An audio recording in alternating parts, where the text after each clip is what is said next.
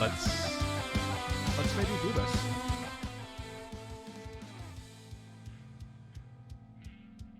And there we go. I'm gonna be looking there because my Streamlabs is there. Hello, good evening, everybody. Welcome to Friday Night Drinking. I have a drink inside a screen at the moment, but I'll be opening that. Oh, thank you for the sub. Thank you. Yeah, so slightly coincidental for today's stream. Wasn't expecting this to happen because you usually need to do a bunch of streams over the course of a month to get affiliate and have, you know, average viewers and followers and stuff. But DistroKid had this thing where they just give affiliate to people who have DistroKid, who use DistroKid as a distributor. So, yeah. I'm now a Twitch affiliate, so this stream is going to double as a celebration stream for that as well. But, yeah, welcome. Hope you guys are doing well. Am I good at video game? No, I'm terrible at video games. I'm very, very bad at video games. Just adjusting the volume so that you can hear my voice over the music. Still haven't figured out what I'm going to do for background music other than my own music, but yeah. Does this mean emotes? Yes, we have emotes. I'm trying to figure out how these emotes work. Okay, creator dashboard, viewer rewards, emotes. Am I allowed to use my own emotes? So how do you use them?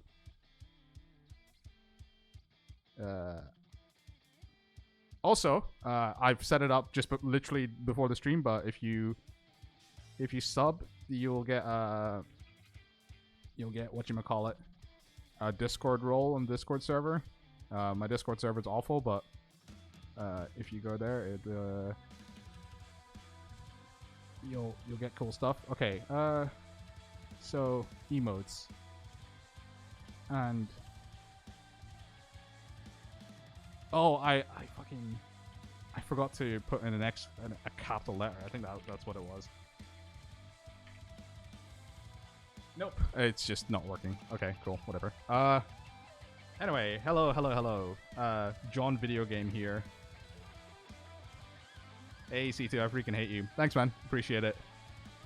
Emotes take 17 years to get approved. Oh, okay, cool. My Sithu son, you make me inspired to make music. Oh, that's awesome, man. Really appreciate it. Don't know good chords for J-pop. J-pop uses the same chords as Western music, but they just have like weird jazzy changes. So basically, you just need to learn like jazz 2/5s, and you can sound J-poppy. Anyway, I also have a new layout. It's blue, like Senpai 3. I'm probably going to change the colors as you know, releases come up. But at the moment, it's the same blue as Senpai 3, and you can see chat and you can see all the social links and stuff over here. So yeah, it's nice. I might do like sub counters and all that kind of stuff, but we'll get that eventually. Anyway, I have a Terra Calda red 2019. It's got some Italian stuff in the back. Before you ask me what type of wine it is, I don't know. It doesn't say. But yeah, I'm just gonna crack this open. If I crack this open, I mean I'm gonna use a bottle opener. Am I gonna get this in frame? No, I'm not.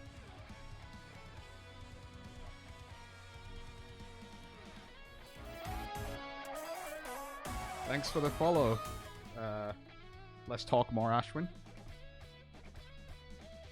But yeah, the plan is just to chill, chat. I usually, like, last stream was really cool. I was able to just, you know, sit and chat to you guys. So I feel like there's less pressure to like have structured content. Although there will be stuff like that, like, you know, going over stems and going over like project files and stuff like that. But yeah. Anyway, there's some ASMR wine pouring.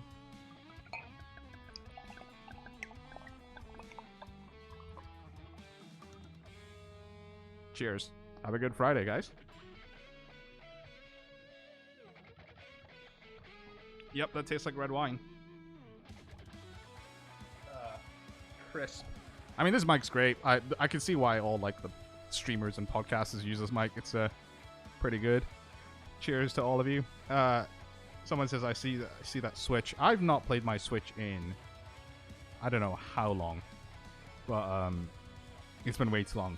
Oh, also, I was gonna do something. I'd be like, oh yeah, I'm a Twitch affiliate now, and then I can play the sound effect. There we go. I don't have a soundboard. I literally just opened it up on YouTube.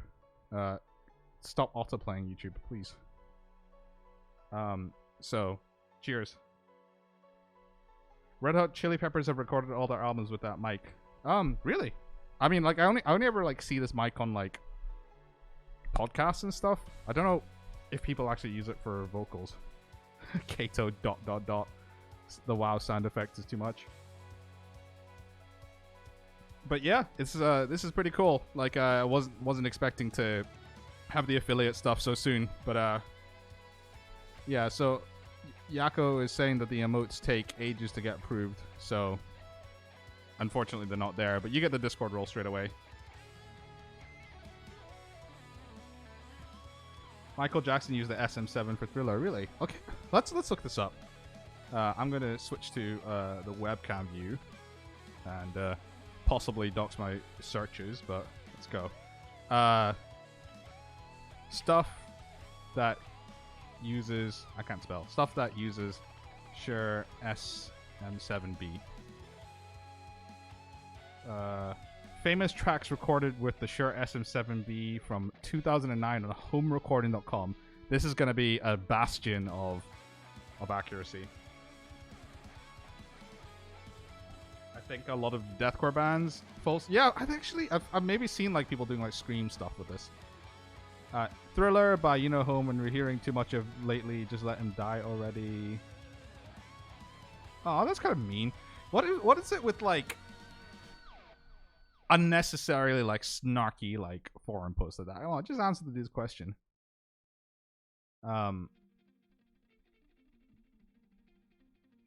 Anthony Kiedis used one on a lot of BSSM. So is it really that old? Like, okay, it was a Shure SM7, right? That was the. Okay, this is it. And okay, cool. Thriller. Okay, I didn't realize it was that old. Like, I guess it's like the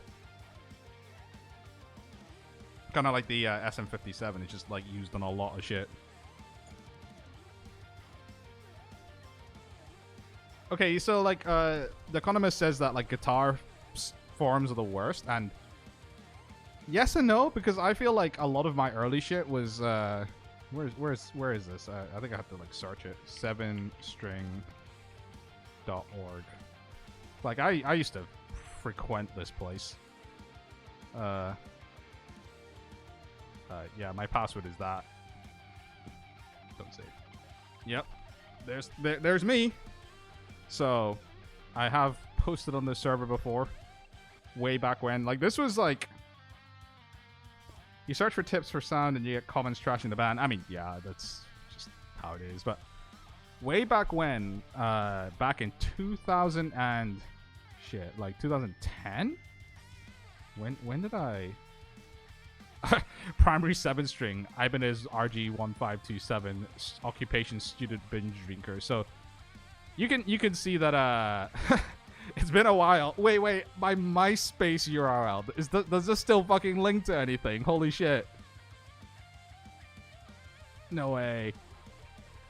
Okay, no, unfortunately the MySpace link is dead.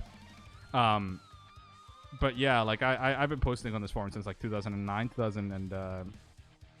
2010. The early gent forum. Yeah, it was. Like, so the people that were posting back then, like I remember Chimp Spanner posted here. Misha used to post here. Tosin used to post here. Fucking Pliny. Remember, fucking Pliny posted his first shit here. And then there's me, and there's okay. So there's one album, and I'm gonna play it on stream because I don't think he's on a label, so it's fine. But I like. Does anybody remember this album? Cosmogenesis by Gru.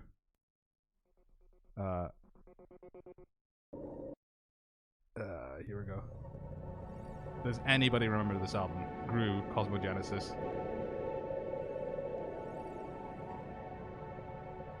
Could have seen the MySpace. Yeah, I mean, MySpace would have been a blast from the past.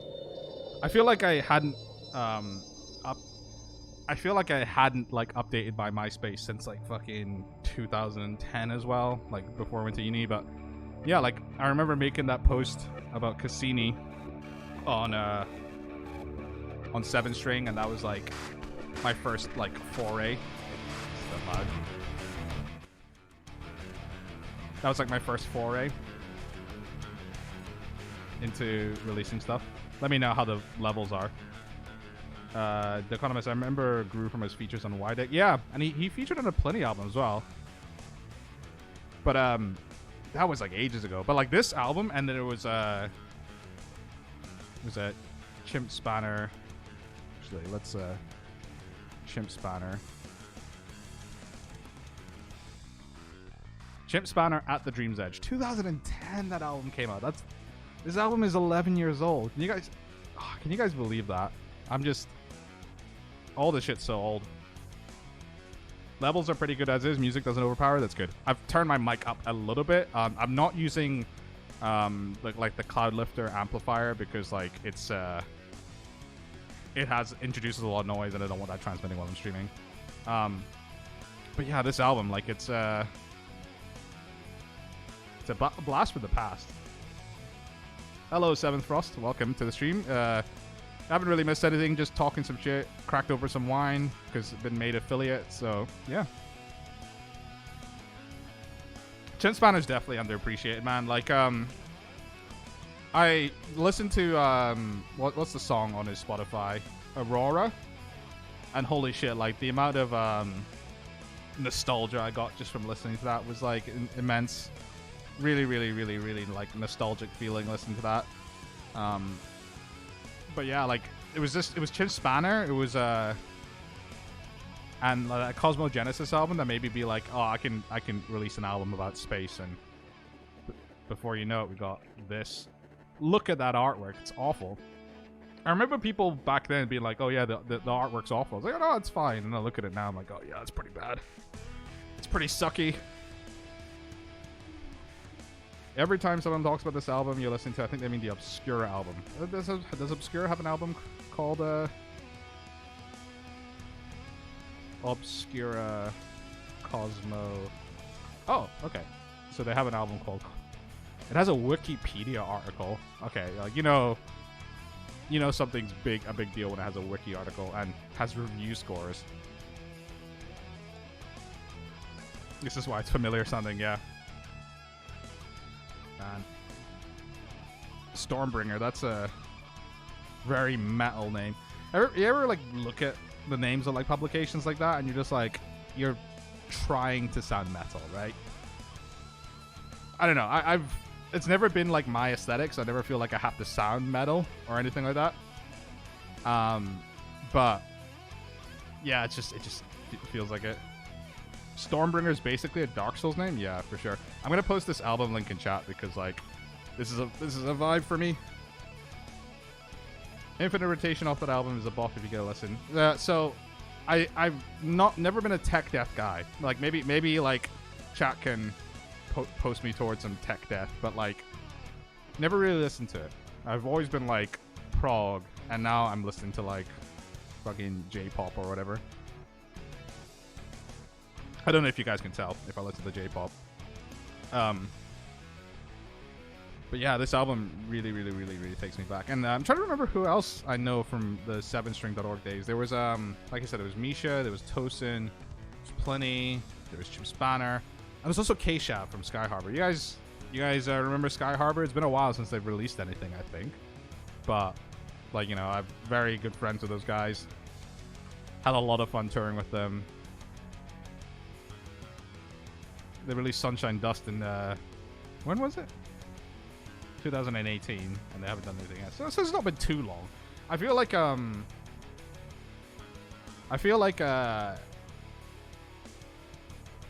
releases, like, people are always wanting to like hear something from a band like every year or so, and I'm like, that's really difficult if you're in a band. Like, okay, what's this?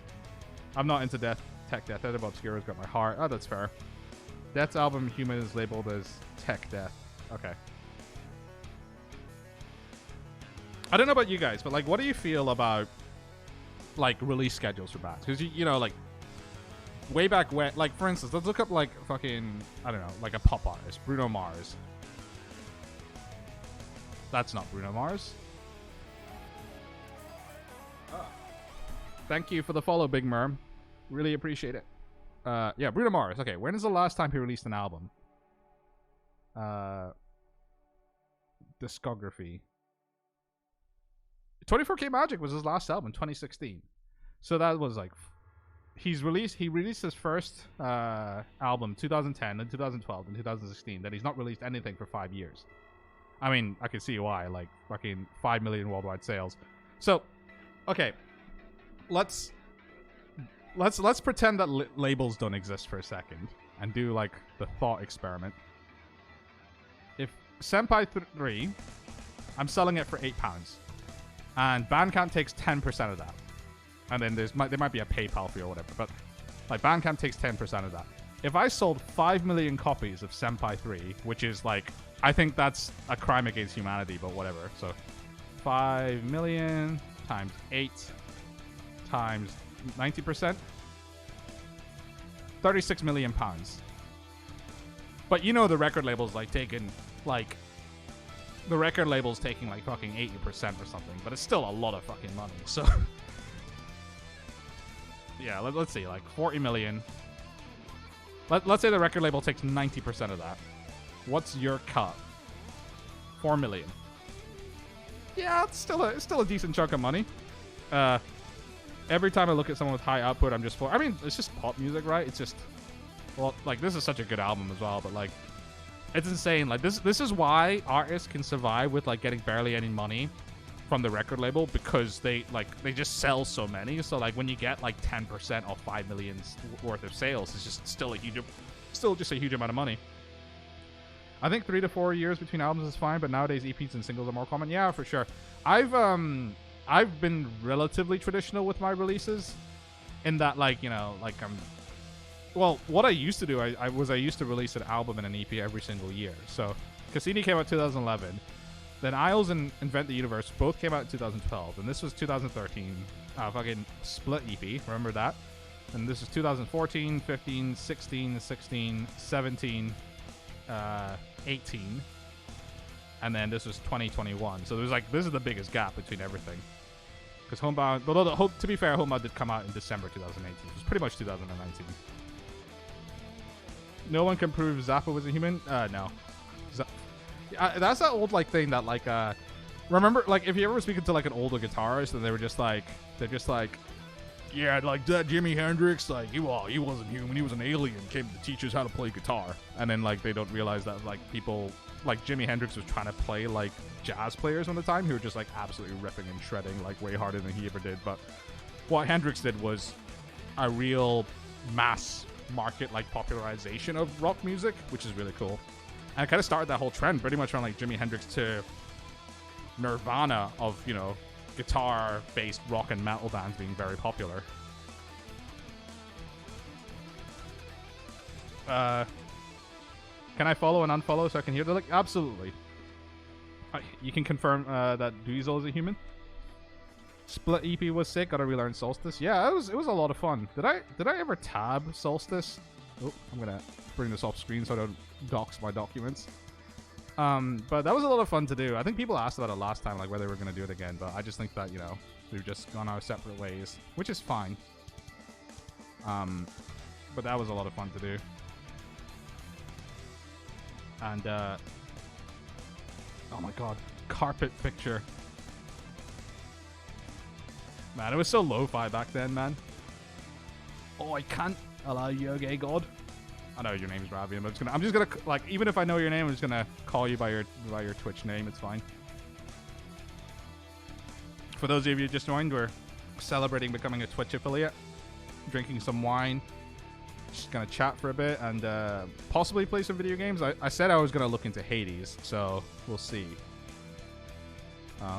But yeah, Solstice. That was the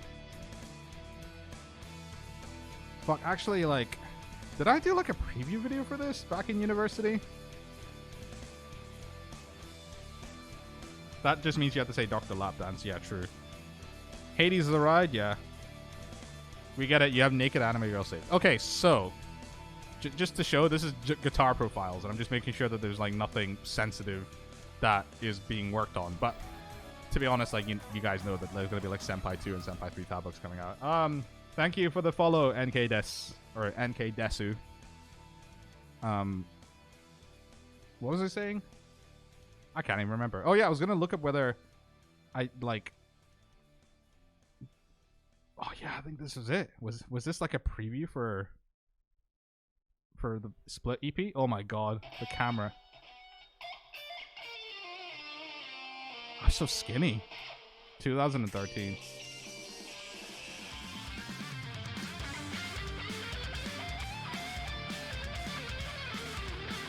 Hello. YN indeed. Late congrats on Senpai 3 release and Twitch affiliate, by the way. Thank you very much. Oh man, that guitar brings back memories. 1 second.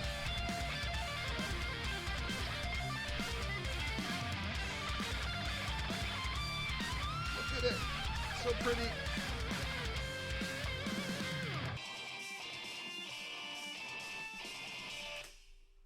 I'm gonna put Cosmogenesis back on, but yeah, look at it. Cosmogenesis is not on. Oh, this is a new song. There's that guitar. This guitar pretty much carried all my early releases. Oh, it's got dust on it. That's a shame.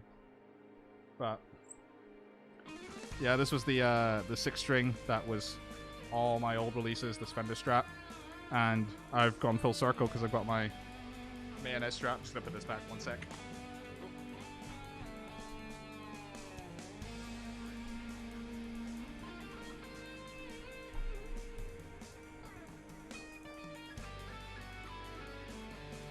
Classical. Hey Sithu, the 2 album scraps you uploaded on your channel years ago are sick. Oh, thank you, man. Like, that was actually meant to be my album after Invent the Universe, and then for whatever reason I just didn't like what I had, and then I wrote Set Crossover Andromeda instead, so it is what it is. Welcome, Lantern C.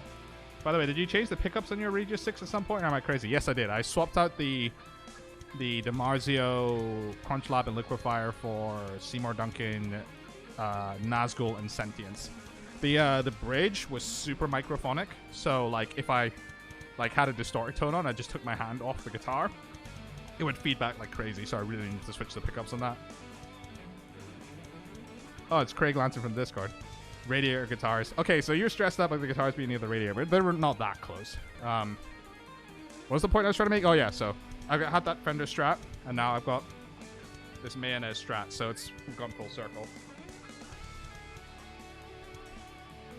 But yeah, like for those of you who've just joined, we're just celebrating becoming Twitch affiliate because DistroKid gave me the cheat codes. In case you are wondering, and you are on, if you are releasing music through DistroKid, let me bring up the article 1 second.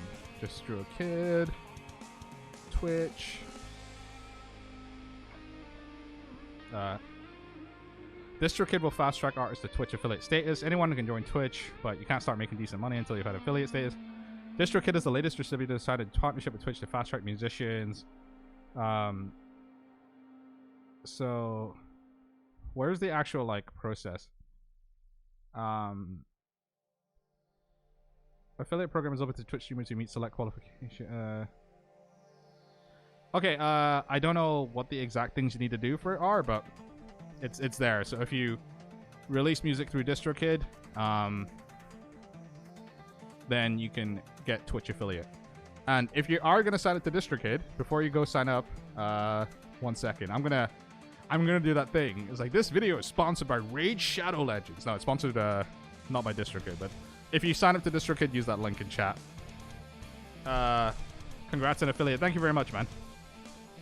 Looking to maybe swap out pickups in my Charvel, might copy and sound like you sure. Like, I mean, like, I'm gonna tell you guys a secret. I don't know anything about pickups. Like, people ask me like what pickups I prefer. I'm just like, ones that make my guitar go burr. I've been enjoying the Seymour Duncan ones just because like it just brings consistency across all my guitars, so I don't really have to deal too much with like sound changes and stuff. Also, it's warm in here because of my lights, so I'm gonna take my hoodie off. But yeah, I don't know. Like, pickups are kind of alien to me. There's like a big gear discussion about pickups and stuff, and I'm just never into it. HSS is a vibe. Yeah, I love the HSS on this, on the Strat. And then here we go. The other thing that's cool is the like the split coil tones. They're lovely on that guitar. Yeah, I got that too, but I made it feel it the hard way a week before. I was on track with followers and stuff because like I've been streaming on Twitch on and off, but I had like the followers and stuff, and the average viewers. I just didn't have the actual like streaming time. Had to replace the neck pickup on my Strat, and the dude just asked me what I wanted. I was just like, no, same. Like when they asked me what pickups I wanted in my mayonnaise, you guys want to know how I figured it out? I went to Seymour Duncan, and then I went Strat pickups, Strat. This is the exact process I went through, and then I went noiseless, and it's like, okay, cool. What do I go for? I'm like, I don't want to sound like Yngwie Malmsteen. That's okay. Then I was like, classics. Did I go for this set? I think I went for these, or was it custom stack? Fuck, what were the pickups? Okay, I gotta check my emails with mayonnaise and see what I actually asked for. But this was my exact process. I went onto the website, looked up what Strat pickups they had. Was like, okay, cool. Oh no, there's a second page. Custom stack. These are the pickups. So the neck and middle pickups on my Mayonnaise Aquila are the custom stack plus Strat, which is a mouthful of a name. It's like, you know, which marketing guy came up with that? You know, doesn't deserve his job. Larry DiMarzio is kind of cute though, no homo. What does Larry DiMarzio look like?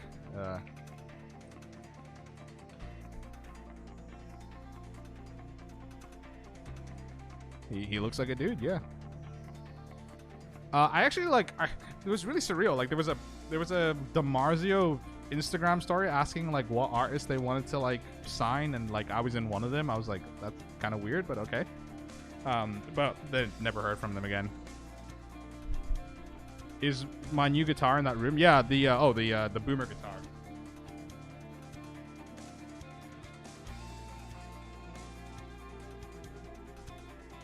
Boomer guitar is there.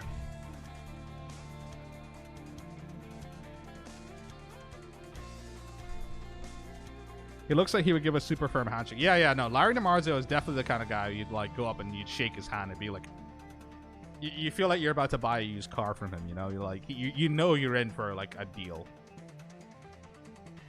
Boomers would salivate. I saw that. This group album takes me back to the early Bandcamp. Yeah, no, I was like, the reason I put it on was because I was just talking about like 7string.org and, well, because, okay, so this is how the conversation went. We talked about like the Shure SM57, no, the Shure SM7, and then we talked about like albums it's been on, and then I was here, and then we found a forum post, and it was really mean, and we were talking about forums, and then I got onto 7string, which is where I posted all my early stuff, and then I talked about Gru Cosmogenesis because I found about it on 7string. So yeah, Ibanez and LA Telecaster are definitely Gen Z guitars. I mean, you could hard, like, if you're gonna be fair, a Telecaster is a boomer guitar for sure, man. Like, if this guitar was made before 1959, then it's a boomer guitar for sure. It's just like, you know, just the indie guitar of choice. When was it made? 1950. So yeah. Show the hollow body. Okay, sure. Let me go to the webcam view. Also, if you have not weren't here at the beginning of the stream, this is the new stream layout. It's blue because Senpai 3. This is the hollow body. Kind of matches the stream layout.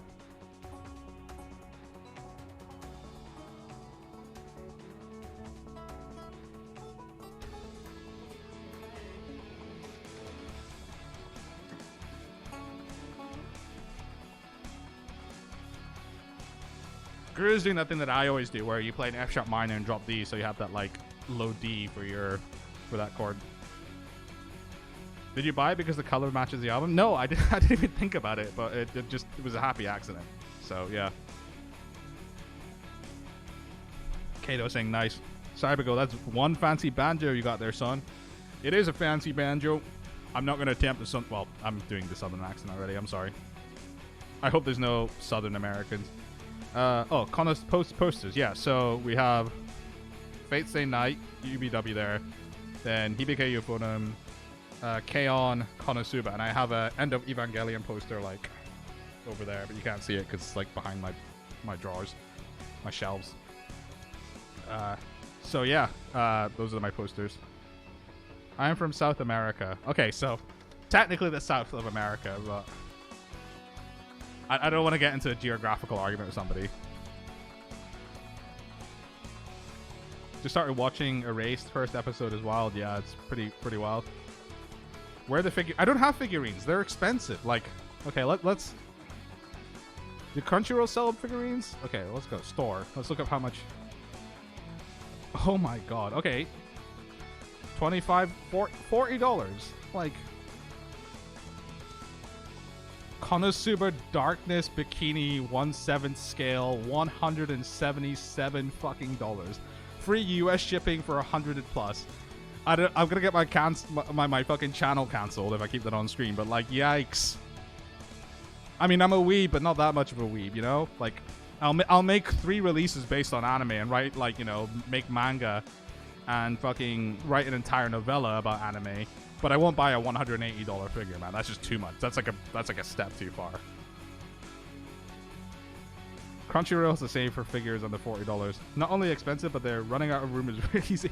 Okay, so do any of you in chat have any figures or a figure collection? And did you start out thinking I'm just gonna have, like, you know, I'm just gonna buy like 1 or 2 figures and it'll be fine, and then you just have like a fucking shelf full of them? Like, let me know.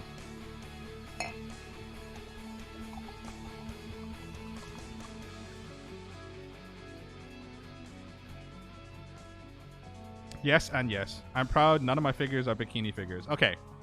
So, they're the people that only buy figures but don't buy the degenerate ones because they want to at least give the pretense that they're not a degen. And, like, the thing is, like, I will happily admit I'm a degenerate.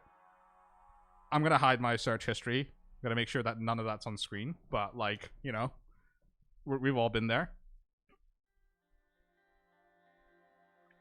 You've all seen the Senpai trilogy, but just you wait. It's time for the Kohai trilogy. So actually, the tier subs are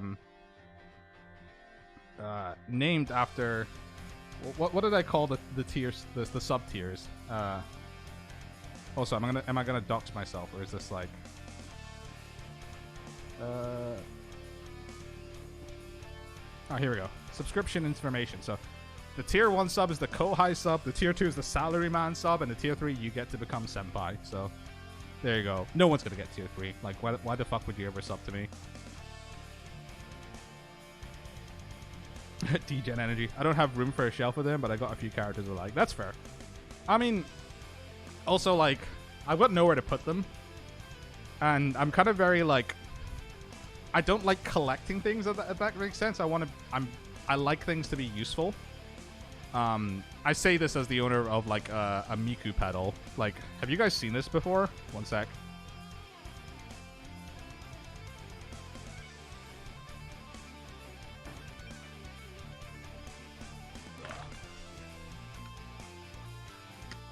Have you guys seen this? The Korg Miku pedal? I say that as if, like...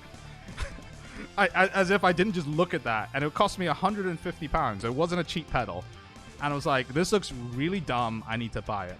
And, so that's how I ended up going on Miku. In before Subtrain. You only collect Mayos. So the thing about Mayos is, like, a lot of people have this idea about boutique guitars, like, oh, this guitar is worth X amount of money. I have to treat it really carefully. Thanks for the follow, Mindless Baka. Good name. A lot of people, like, look at the Mayos and they're just like, oh no, I have to be so careful around it. It's such an expensive guitar. And, like, my guitars get, like, fucking dropped and like tossed about on tour, and like I even left some guitars in the rain. I don't know if you guys know about the Arctangent story, but at Arctangent, because I finished the tour and I left my guitar cases out in the rain and didn't change the strings, I went to Arctangent, played a set. During the first bend on the high E string on my 6-string guitar, the high E string broke. And this was a guitar with a Floyd Rose, so it was fucked. Like, completely out of tune, unplayable. So I had to switch to my 7-string, tune that up, and play it on that. The first bend on the high E string on my 7-string also breaks this high E string. So I'm on a 6-string on the 7-string, and I have to play the rest of the set in drop D on that, and then tune it down to fucking drop A flat for the rest of the 7-string songs. And I just had to deal with that with 6 strings on the guitar. It was hilarious for anybody who was there.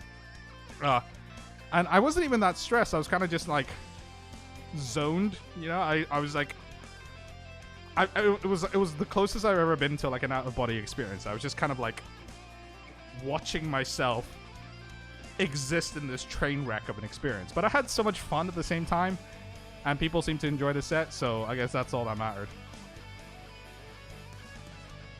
After the first chip or scratch of the guitar, I don't care, but the first thing I have to take care. I dinged this my mayonnaise so fucking fast. Like, it was dinged within like a week of owning it. Pikachu Hulk, thank you for the sub, man. Thank you. This is cool. I get to do the whole like thank you for the sub thing now, and as well as instead of being like, oh, thank you for the follow. I was at the Arctangent show. You handled it well, and I still had a lot of fun. Thank you. I remember, like, I was tuning. I was just like, the tuning silence is like the most awkward experience for any musician, because you're just sitting there and everybody's looking at you, and you all know that they're like, you're tuning your guitar, so they know what you're doing, but it's still really awkward. And I was just sitting there like, yeah, so does anybody know any jokes? And everybody like, what's going on? And someone's like, you watch the cricket? And I was just like, what the fuck's a cricket? I mean, don't ask them if they watch cricket, man. Like, who the fuck watches cricket? Metal. Oh my god, thanks for all those subs, Pikachu Hulk. That is a lot of gifted subs. Pikachu Hulk, you get most pog person of the stream award. Oh, we get to hear the lick over and over and over again. Thank you for all those gifted subs, man. Really, really appreciate it. Thanks for shrimping for me. CT for partner. Partner is what do I need for partner? Let's see. I need to open a new window so I don't dox myself. I'm never sure like what information is gonna go on stream. But the thing is, like even if I show something like Twitch information, like nothing's gonna happen, to be fair. Okay, so road to partner. Where is that shit? Path to partner. Stream for 25 hours, stream on 12 different days, and have an average of 75 years. So, okay, so the 75 years thing is probably the thing that's going to take the longest. But that's fine. We're not in it for partner. We're in it just to have a good time. And I hope you guys are in it for a good time as well. Also, if you're in my neck of the woods, if you're in the UK or Europe, I hope you're having a nice chill Friday night drink with me. More subs. Do I miss touring much? Yeah, I definitely miss touring, man. Like, so many good experiences while touring. Like, I'm just gonna go to my Instagram and like look at the pictures that I had from touring.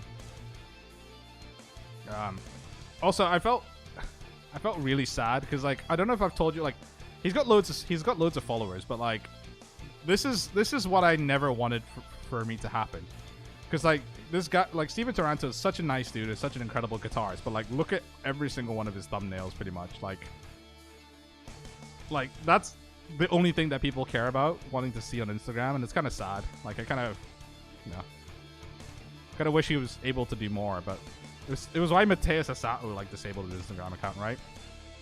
But I mean, take nothing away from it. Like it's gotten like so many followers and it's gotten like so much like notoriety and knowledge, and the more people need to know about Steven Taranto, because this guy's like an incredible guitar player, possibly the best guitar player I know. And like I've had the privilege of meeting a lot of really incredible guitar players, and like Steven is quite literally possibly the best out of all of them. But yeah, so someone's asking about what am I drinking? I'm drinking this. Let me full screen. I need like one of those like stream things. This red wine. Here we go. It's something in Italian, whatever. Have I met Jakob? Yes, I have met Jakob. Okay, so good stories from the Japan tour. So I'm gonna go all the way back to Instagram on Japan tour. Oh my fucking god. Moving on. Oh, tour pictures, man.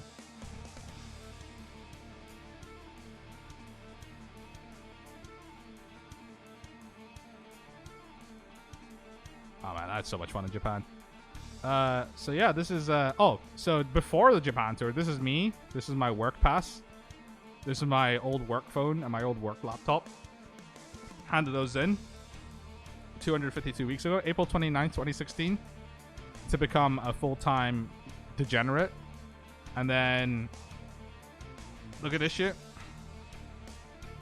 We're in the airport on May 9th for Japan. Oh, look at Jamie, man. This is Jamie Black. He's my drummer, and look at him. He's like twice the width of my brother. Holy shit. But yeah, we made it to Japan. Practiced. This house is like over 100 years old, and it belonged to like an old lady that we met, and in the middle of like this huge district. That was really cool to see. But yeah, first there were crowds watching protest, hanging out with the boys. Yeah, it was like a fun experience. Hentai artist designed that merch. Here's that infamous picture. Oh, fucking hell. Yeah, I'm sorry. I'm really, really sorry. Yeah. I gotta do all of that again.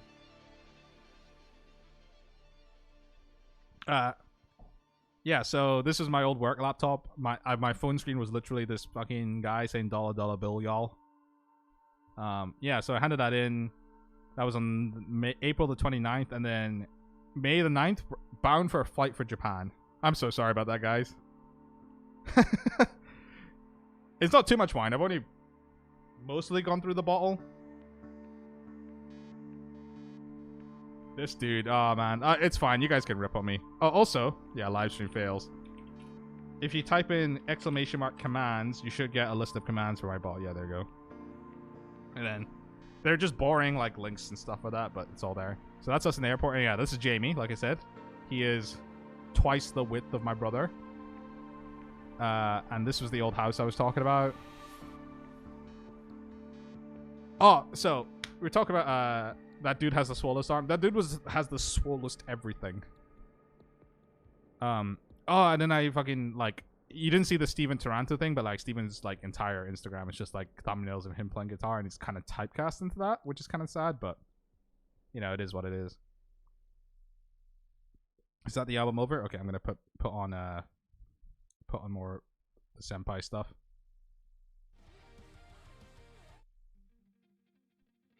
Anyway, yeah, so we arrived in Japan and barely got any sleep. It was an 11-hour flight direct from Heathrow to Tokyo. And on the 11-hour flight, I think all of us got like 4 hours sleep max. Then we got there. We got to the hotel, took a shower, then we just immediately went back out into Shibuya. Went out and just, you know, explored, met some friends from Cyclamen, went for sushi, went for some food, and went for some drinks. And then we eventually found this they call it yakiniku in Japan, which is like fried meat essentially, but you get to barbecue your own meat in this place. And then we're with a guy called Uchijo, Snail's House. I don't know if you've heard of him. Snail's House, Japanese musician, this dude. He's got all the views. Really cool, like electronic music. You should check him out. But yeah, we were hanging out with him, and this place was dangerous because it was all you can eat for like $20. For like, it was like 1,800 yen or something. As long as you got the beer and the meat from their set menu. So it's all you can eat essentially for that price. and all you can drink. And the all you can drink part is dangerous because we were in there for about 2 hours just drinking and drinking and drinking. And then it was time to go back to the hotel. And we were all quite drunk. And nobody had data. I was the only person with data. Uchijo and you are the same age, yeah. I was the only person with data. I was also the person whose phone had run out of battery. So, we were lost, essentially. We were in the middle of Shibuya. We had no idea how to get back. So, we just went to, like, the nearest convenience store. And we were trying to find somebody to ask for directions. And we saw this guy. And he was in a suit. So, this guy was, like, a salaryman who was going home for work. The thing was, it was, like, between 11:30 and 12 at night. So, this guy was, like, going home from work, like, really fucking late. How did I meet Uchijo? We just spoke online, and like he asked to meet up when I was there. So it was it's just one of those things where you just like mutually know somebody. And I did like a cover of one of his songs, so that's probably how you heard of me. And then, you know, rest is history kind of thing. But yeah, so we see the salaryman, and it's like between 11:30 and 12 at night. So this guy's like had the worst fucking day. Like he's going home super late, and like the last thing he needs is 4 fucking pish Scottish people just like harassing him. But I go up to him. And I'm the only guy who knows, like, any Japanese. And I went to him, and our hotel was called Tokyo Stay Shibuya. And I went, Tokyo Stay Hotel Doko wa? And that is the equivalent of going up to a person and being like, this hotel, where is? But, like, really rude. Like, the way I should have said it was, Tokyo Stay Shibuya wa doko desu ka? Was the polite Japanese way of saying it. But I was like, Doko wa? I was like, this fucking, like, Yakuza fucking, like, 6 foot tall Asian dude being like, onai wa Jojo. And, like, being all, like, fucking Jojo antagonist with him. So he basically, like, hotel, where is it? And he was like, oh, it's very close to where I am going. I'll show you the way. And he, like, led us. And he was, like, really nice and really polite to us. And he showed us the way to the hotel. And he turns to me and he's like, oh, your Japanese is very good. And I was like, no, it isn't. It's not. And that was it. And then we got back to the hotel. And the worst thing is after we got back to the hotel, there's a bar across the street from the hotel. So we just went there. Oh, hey. Thank you for the sub, Aza. Thank you. Aza supports our homies. But yeah, so that was our first night. Then the second day, Jamie got food poisoning because he probably undercooked some chicken. And yeah, that's right. The yakiniku place let us cook chicken. So we went with that, and I went to Akihabara. And like, this is me nerding out at Akihabara. Then we practiced, and we just went around, you know, Meiji Jingu and stuff like that. Then we played in Shibuya, and there was protest playing. Then we played in other places, and then we went to Osaka, and blurry photo of us after the set being all drunk. There's Uncle Luke, and then got a day out in Kyoto. Got to see the Shinkansen. Thank you for the sub, Polish Mayo. Thank you. Look at that thing. Is that just not like, I don't know. I'm absolutely like I find stuff like this like absolutely marvelous. Like engineering, it's just like, yeah, Mr. Sheet happens himself. How long was I there for? I was there for 2 weeks. So we played 3 shows. I was there like 2-3 days before the first show. And then we played the 3 shows. So there was 2 shows in Tokyo. So we played 1 show in Shibuya, 1 show somewhere else in Tokyo.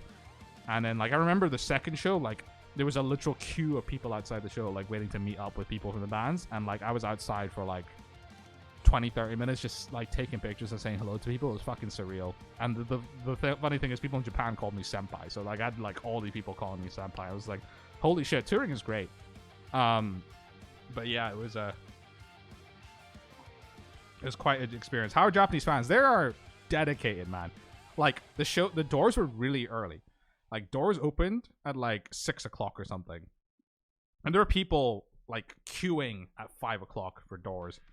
And like we were the first band in a bill of 4. So it was us, Reflections, Cyclamen, and Protest the Hero. We're the first band in a bill of 4, and every single venue was fucking packed when we played. It was insane. I love Japanese fans. They're so cool and so dedicated. So that was like such a good experience. And then after the tour, we like, you know, we went on a walkabouts in Kyoto. My brother KM and I, we went to Kyoto Animation, went to Kyoani, Hibike Euphonium, and Koi no Katachi. I don't know what show that is. But yeah, like we went to the Kyoani shop, walked around Kyoto. Then we went back to Tokyo for a couple of days and just explored and vibed before going back home. And oh, another thing, Japanese fans like just came up and like gave me shit. So I got like, you know, I got manga for one of them. I got like a Japanese fan. I got a t-shirt from another. Yeah, they're really fucking cool. Best Shan was arch enemy in Japan. Really hope after COVID bites the dust is gonna be tour mania. Yeah, so many bands are gonna go touring, and like so many people are desperate for bands to tour. So I feel like yeah, we're gonna get people. There's gonna be a load of tours after COVID like loosens up.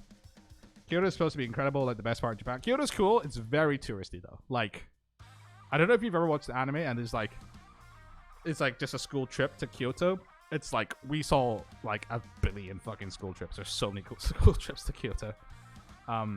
But yeah, like that, like we were there for like another week and a half, and we just chilled and explored and met people, and then like some cool photos got taken. Then I saw Sithu Aye.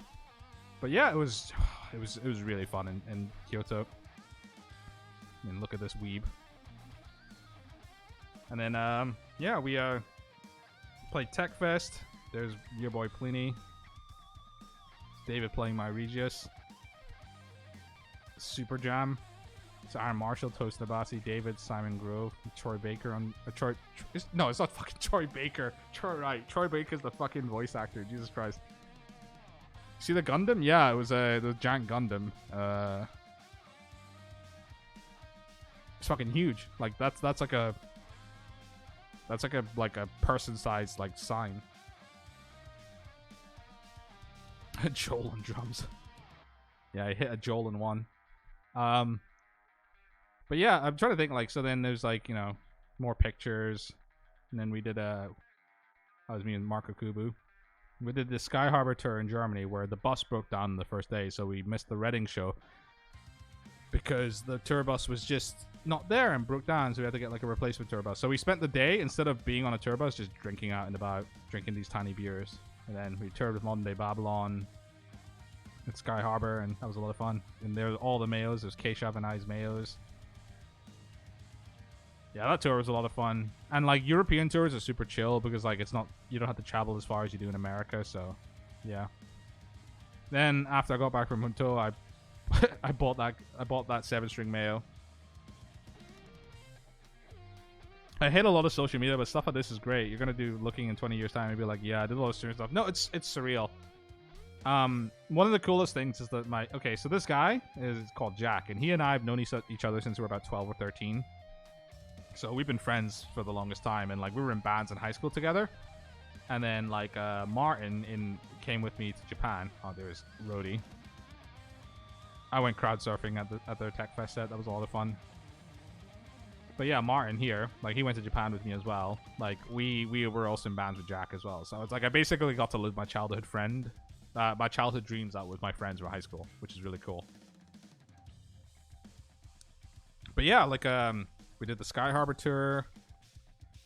There's a venue in the Netherlands that gave me the whole logo treatment. That was really, really sick. And we got to explore and just do fun stuff.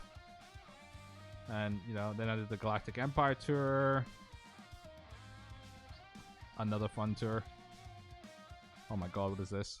You can't play this. Is I'm it? a Sithu Aye, and I bet you can't play this. Snark is going up here. I bet you can't play that. Fucking hell, so dumb.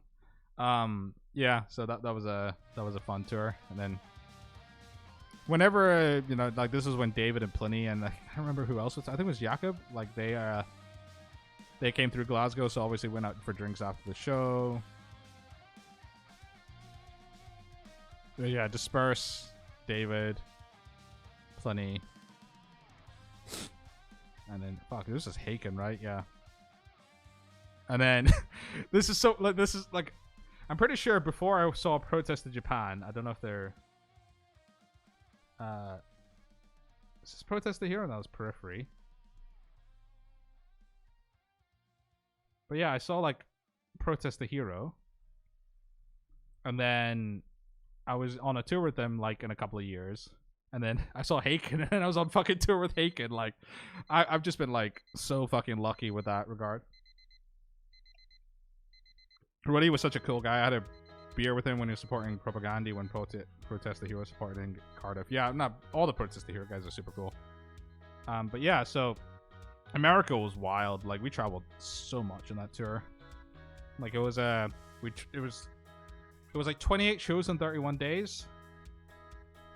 Such an intense touring schedule, but yeah, it was our home away from home, that bandwagon. There's your boy Aaron Marshall. That was up in Toronto. And we just spent like we just lived in this bandwagon between shows. There was New York. New York was a fun show. Man, like, you're totally right about like looking back and being like, this is, you're gonna be really fond about this. The Rebel Lounge, Big Merm. Yeah, this was it was 41 degrees Celsius, 106 degrees Fahrenheit. Like, fuck me, I've never, like, I just wanted to like cease existing when I was out and about in that heat. I don't know how you fucking survive in Arizona with that kind of heat. Just ugh. The Reimagine song is so cool, which is Spotify. Yeah, it's unfortunately it's a cover, so yeah. Oh yeah, this is us, me and my friend Jack outside the Roxy. Funny story, the fucking staff inside the Roxy were all assholes, and I mean that's, if someone who lived in LA, well, they probably could have told me, like, you know, everybody in LA is an asshole, but like,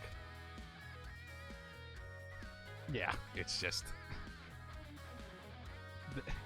they were just like, yeah, no, you don't get a sound check. I was like, wait, what? We're like literally main headline band, like, why don't we get a sound check? And they're just like, oh yeah, we don't have the time, and just refused to sound check us. And the tour manager, bless his soul, Steven, who was the tour manager the entire tour, but he was like basically managing Haken pretty much. He like he looked like he was about to go ballistic at this guy. I've never met somebody so fucking like rude and ballistic who worked sound in a venue. Like, there's like memes about sound guys at venues, but like, honest to God, like almost everybody that we meet on tour is lovely, and if you're nice to them, they're nice back to you. And I've never seen anybody who's just been like straight up just an asshole from off the bat. So that was an experience. But yeah, the America tour was wild, man. Like, there's your boys there's Patrick from Reflections and Adam Rafowitz from Arch Echo. It's a motley crew of people. This is when I met whatchamacallit, Chris oh fuck, what's his last name? Why am I blanking on this? He doesn't work for Jim Dunlop anymore. But he was super nice to me. Chris Johnson, that's his name. Chris Johnson. I met Chris Johnson, who was the AR guy for artist relations guy for Jim Dunlop. And the thing that was surreal is that he went out to meet me at the San Francisco show. And this guy, I didn't realize it at the time, but he did all art relations. So after he met me, he went off and fucking spoke to John Petrucci and Slash. Like, this guy does all their artist relations stuff. So I like, there was definitely a level of like, why does this guy even like bother meeting with artists like me when he's like dealing with John Petrucci and Slash and stuff like that? But it was just like, he was super cool. His dog was lovely as well. But yeah, sharing a moment. And yeah, then there was that tour. That was me seeing Jacob Collier. Then we did oh yeah, that was me in Old England. Do you guys remember this? Let me turn this coming. If you're in the UK, this coming Saturday, the 21st of July, I'm doing a guitar masterclass together with the amazing Sithu Aye. Sithu Aye. Sithu Aye. Sithu Aye. Sithu Aye. Seafood Eye. That's where all those memes came from. Do I have two horror stories? I think I told the Arctangent horror story about like my strings breaking. Basically change your strings. But yeah, so I did Nam. Nam was a lot of fun. Went back to Japan with my family. And then toured with Intervals. It's Aaron changing his strings and me changing my strings. There's all of us. So what a handsome tour. What a lovely bunch of guys.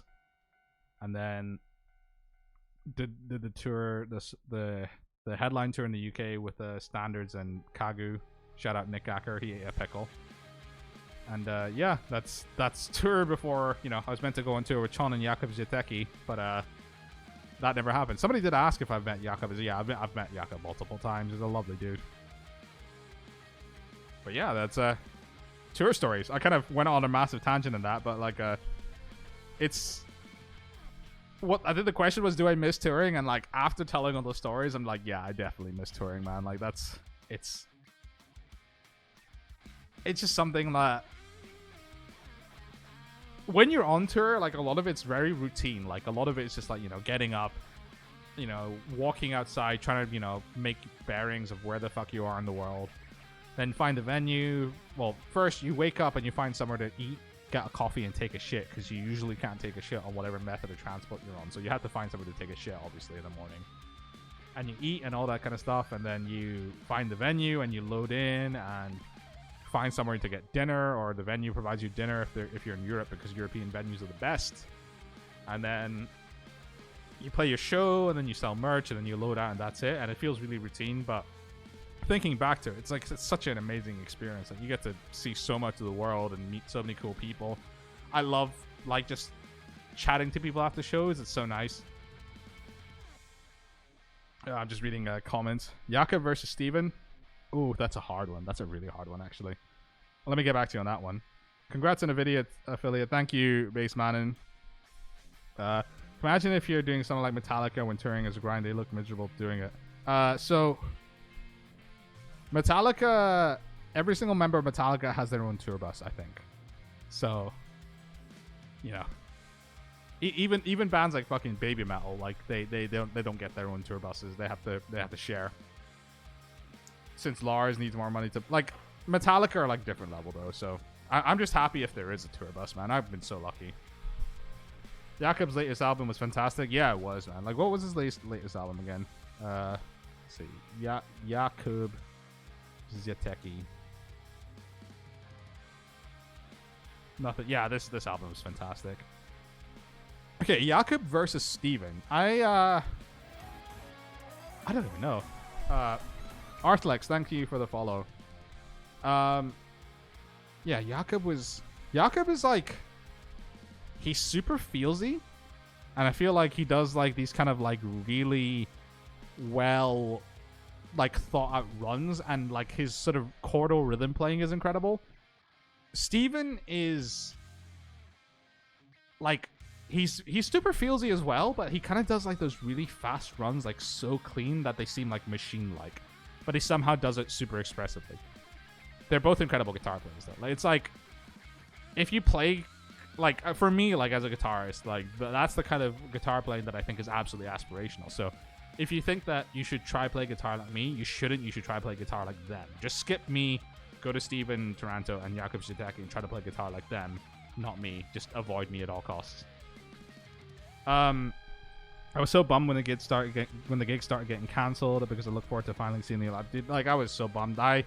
I'm good friends with the guys in Chon. Like, I've hung out with them a bunch of times, and I've also hung out with Jakub multiple times. So like, that would have been such a fun tour. I think it would have been super chill. I think we would have just had a really fun, chill time, and it's just a shame that it didn't happen, unfortunately. But it's just, it is what it is. Why is that playing?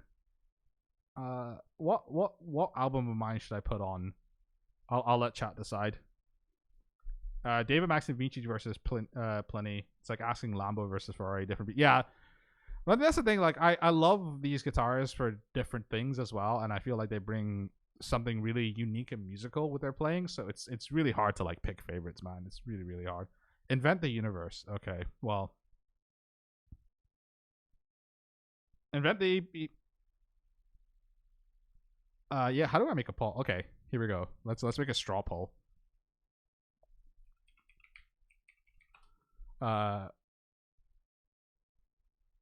What shit food buy album to play?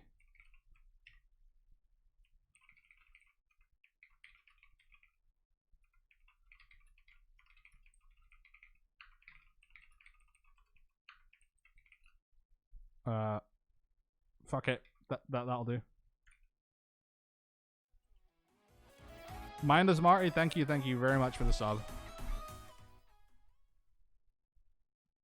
I just realized that I didn't even. Okay, you know what? I'm actually gonna make a new straw poll because I didn't put everything in there. So ignore that one. Just pretend that it never happened. Okay, let's just go. What shite through C album to play? Cassini, Isles, Pulse, 26, set course. Senpai 3, Homebound.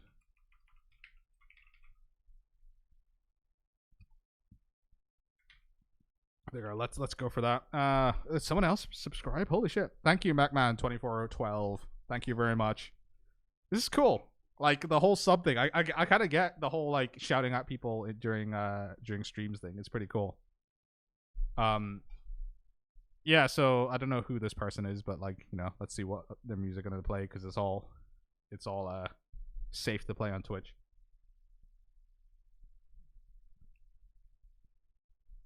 Oh, I forgot Invent the Universe. Okay, if you want Invent the Universe, type in chat. Fuck.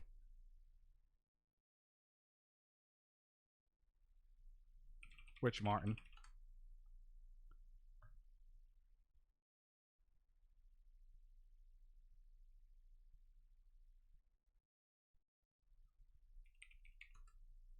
Yeah, okay. Should I just do that again? Okay, never mind. We're gonna do this a third time because the wine is definitely not having an effect. So straw poll. Which shitty D5 album to play? Cassini, Isles, Invent the Universe, Pulse 26. Set course, Homebound. I think we've already done Senpai 1 and 2. Okay, this is the actual straw poll. Third time's the charm. While you guys vote, I'm gonna go to the loo very quickly. So, BRB.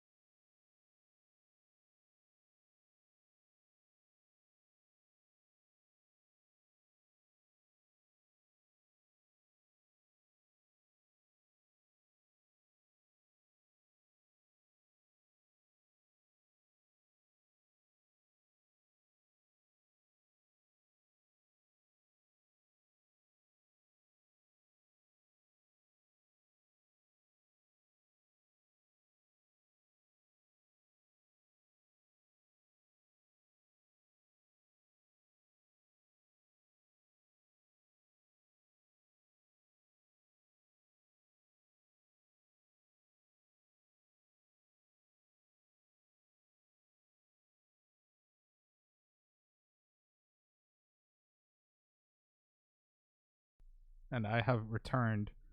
Let's see what results are. Okay, with a whopping 30%, 36% of the votes, we are gonna play Invent the Universe, and Cassini 26 and Isles can cry in a corner. Homebound, sorry, no. Okay, so to make everybody happy though, I'm gonna play these albums in this order. So I'm gonna put this on the side, and we're gonna play all of these in order. So let's start with Invent the Universe. Where is that? Here we go. Anyway, yeah. So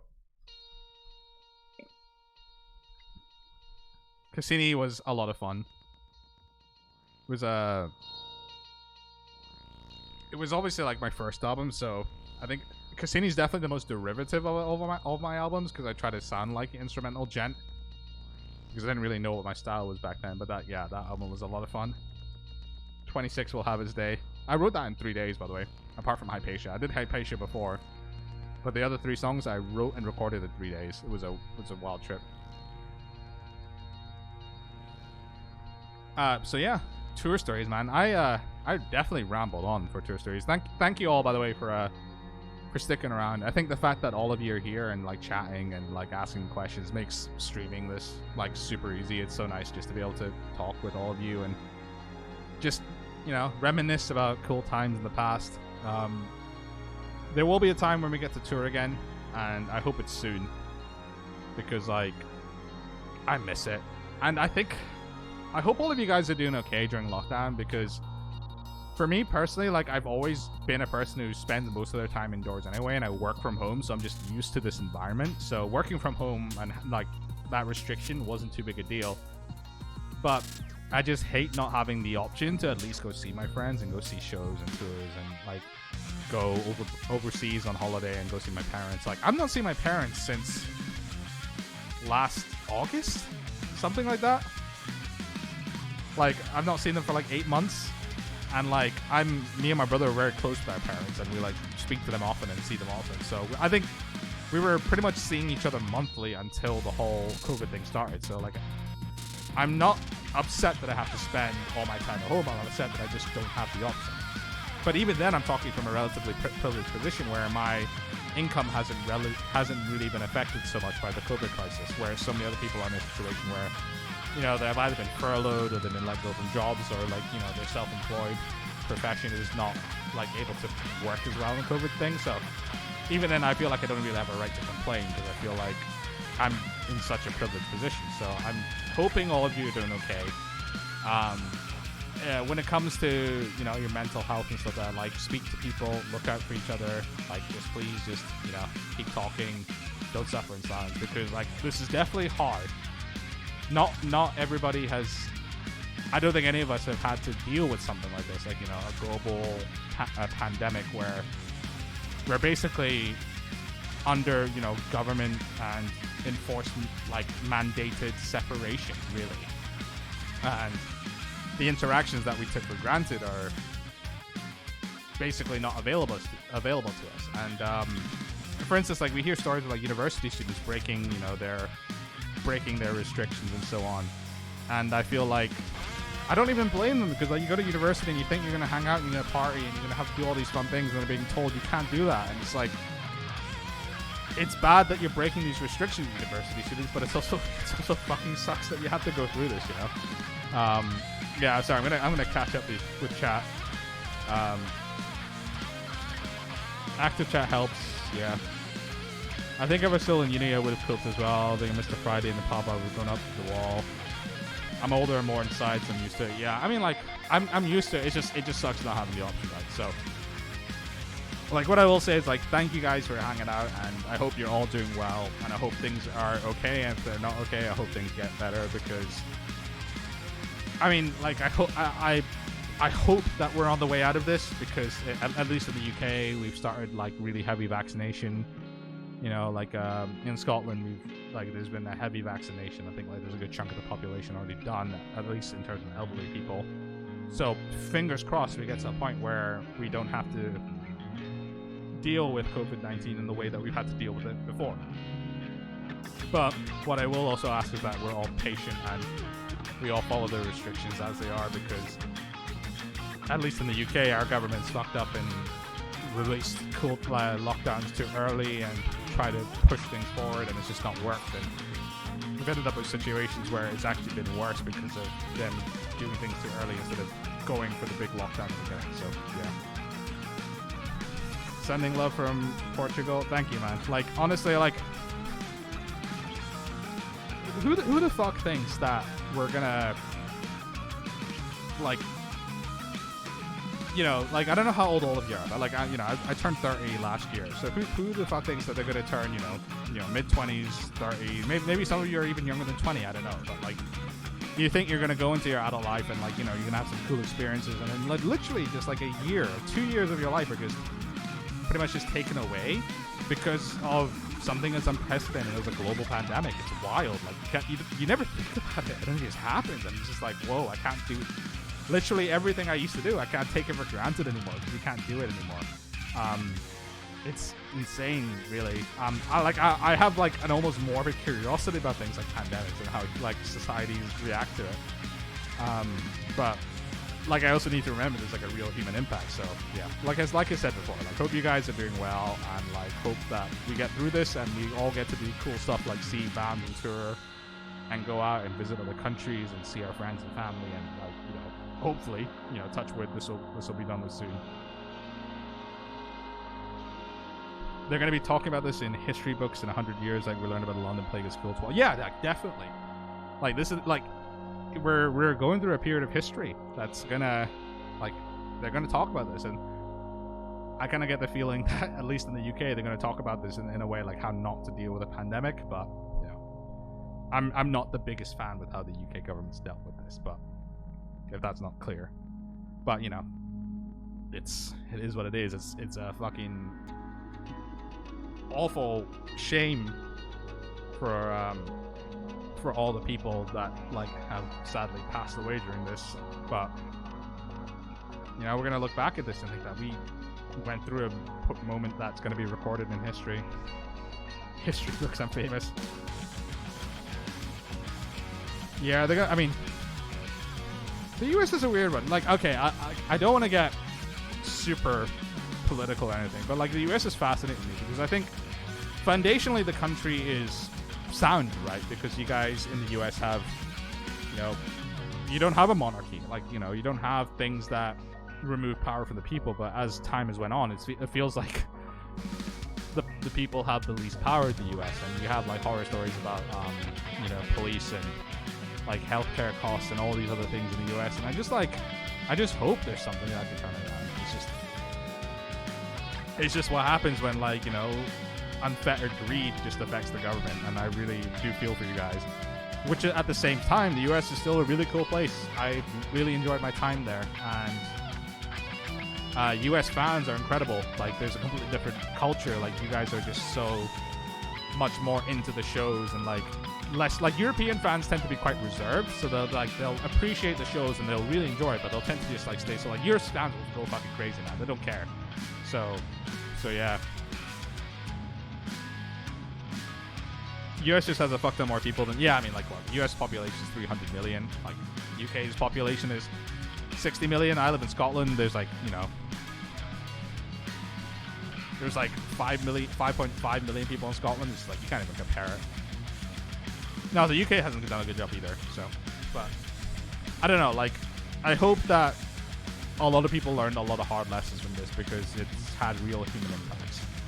And like, it's funny because like I don't know if you guys noticed, like after this whole COVID thing started, there was like a lot of bands that started doing streaming, and I think we all know why, because one of their main sources of income, touring, was taken away, so they had to do something to cut the slack. Come play in Nashville, where most of the crowd will just sit back and judge how good you are on an instrument. I mean, how close did I get to Nashville, actually? 1 second. Let's go Google Maps. Actually, I need to take this off screen for a second. Maps. And then if I... So, the southern leg of the tour, we played Orlando. And then we went from Orlando to Dallas. So we drove from Orlando to fucking Dallas via Baton Rouge. So we pretty much just... Where the fuck's Nashville? Where's Tennessee? Yeah, we didn't get anywhere close to fucking Tennessee on our tour. Closest we got to Tennessee was like Indianapolis, St. Louis. That's about it.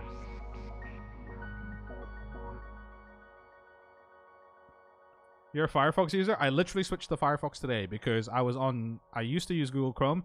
I was on Twitch, and Twitch was giving me the worst fucking ads, like literally locking me out of streams for 30 seconds. So I switched to Firefox today, and fair play to Firefox, they made it really easy. But yeah, like we drove from Orlando to Dallas, then we did Austin, then we did El Paso, where 12 people showed up to the show. And then we went from El Paso to Phoenix to Anaheim. And here's some tour routing. We did Anaheim, then we did San Francisco, then we did Hollywood, then we did Las Vegas. Fuck Las Vegas. I don't know if any of you guys live in Nevada or live in like the area around Las Vegas, but like, what an awful city. I hate it there so much. Barriogenesis, yeah. That looks so far away based on UK roads, but there's all motorways there. Like, so for instance, like when you tour in Europe, like let's say you're going from Barcelona to Madrid. Like, that's not super far, so you could just do that overnight, so you might have some time to yourself in Barcelona. Now let's say your next show is Madrid to Toulouse. Like, you can actually just have a day off in Madrid and then like go to Toulouse. But in the US, like the day off was like, we had a day off between Orlando and Dallas. So our day off was just looking at this road. I don't want to say it sucked, but like, you know, we didn't really get a huge amount of chance to explore, you know. We just had to be on our road. The worst city, Las Vegas, yeah. Like Las Vegas, like I don't like to say that I get like vibes from places, like, because normally like a vibe up of a place is more just like, you know, the collective of like the people, the sounds, the sights, the smells, and all this stuff. But like, I just felt uneasy in Las Vegas. I was just like, it just didn't make me feel comfortable. And then, oh fucking hell, what's this? Las Vegas shooting. 2017 Las Vegas shooting was in October. That happened a month after we were there. It's fucked. A UK tour is basically driving around Texas. No, a UK tour is basically driving around like a fraction of Texas. Map fight. If we compare these two, so let's compare United Kingdom.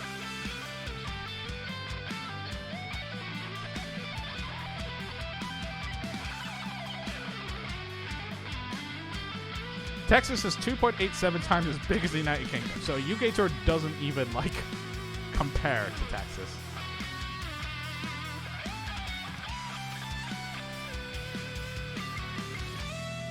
If you live in the UK, you don't realize how fucking small the UK is.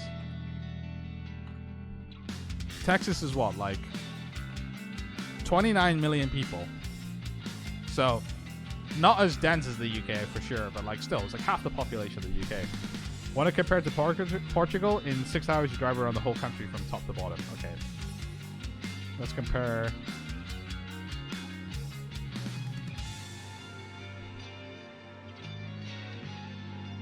Portugal is... Okay, so the UK is about almost 3 times as big as Portugal. So Portugal's pretty small, but Portugal's also probably really cool. The closest I've ever been to Portugal is Madrid, because that was where I was on the individual tour, but I've never been to Portugal before. Let's see, on tour, I've been to France, Spain, Switzerland, Italy, Germany, the Netherlands. I've been to Sweden before. I've been to Czech Republic. I've been to Hungary. I think that's about it. And then, obviously, UK and America, Japan. So lots of places missing in between, but I've been far. Compare Alaska to the UK. Okay.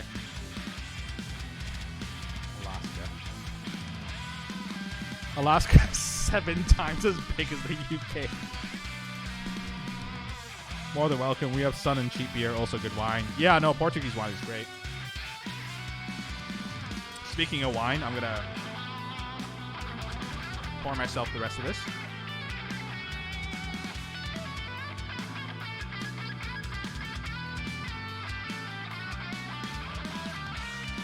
There we go. There's the entire bottle. Cheers. Compare the UK to Australia. Let's go.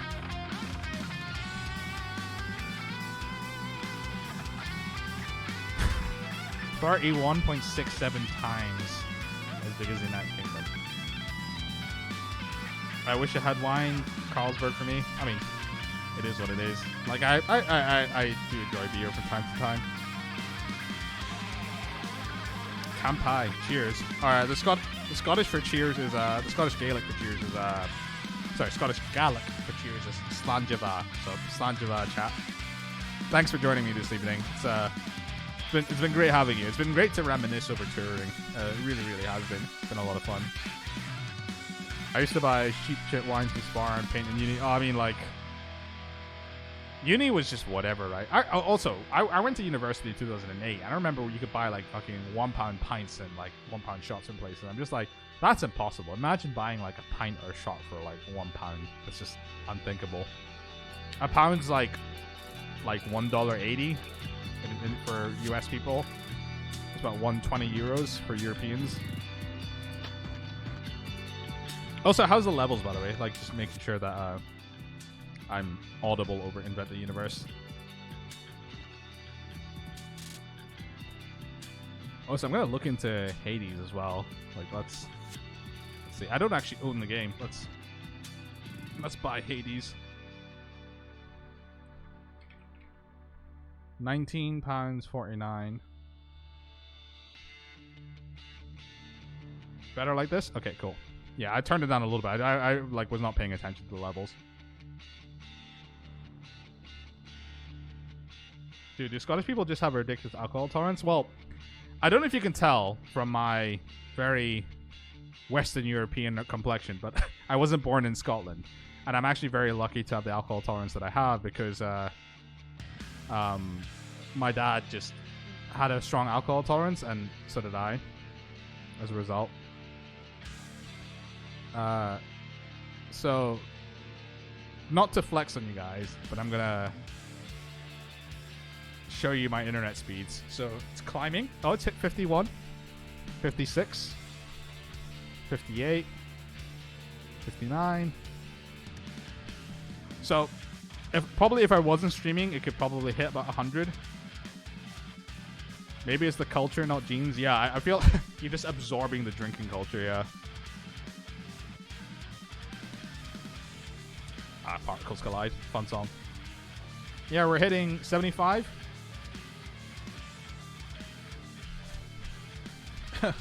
That's a shame, living in the Welsh Mountains. 5 megabits a sec. I don't know if I can, like, after hitting this, I'm being used to this. Like, Steam, if I'm not doing anything, will go over 100 megabits a second.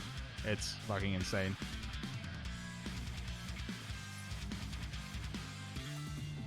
So that's gonna be downloaded soon. But I might play a different game. I might play cheeky ARAM on League of Legends. But yeah, just feel free to like keep asking questions and chatting, because like I'm just happy to be here with all of you. Like that's just the honest truth. Like it's just cool to just be here. Ever played any other roguelikes? I was a big fan of FTL. I liked FTL a lot.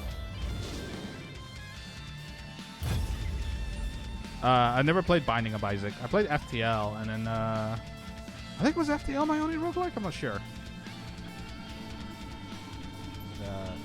Music. Let me know what the levels are like. This seems pretty loud. FTL's a babe. I will bury the... I'm waiting for this one up.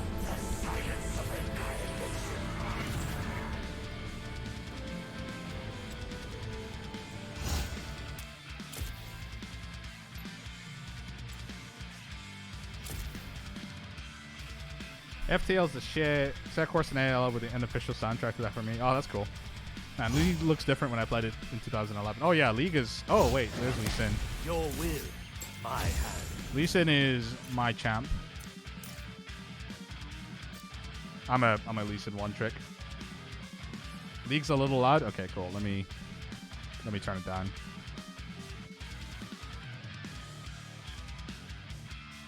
I'll probably need to turn down the client loud as well. I used to play Ziggs. Ziggs is still there. The Shark. Oh, that's whatchamacallit. Phase. But yeah, I'll play one of these and then I'll play Hades and see what we do. See how it is.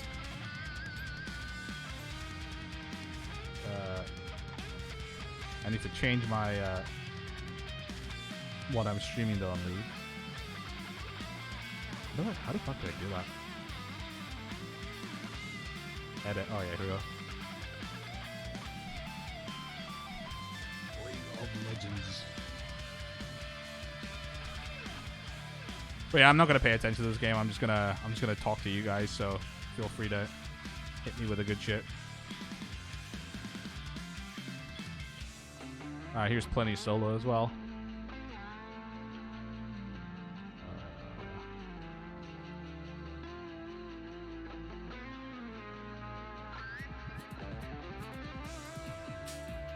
Wait, where's the fucking client? You guys see the client? Okay, whatever. Thresh was fun? Yeah, he was.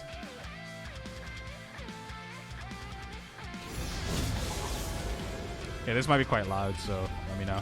Actually, I can just turn it down from here. And then turn up Spotify.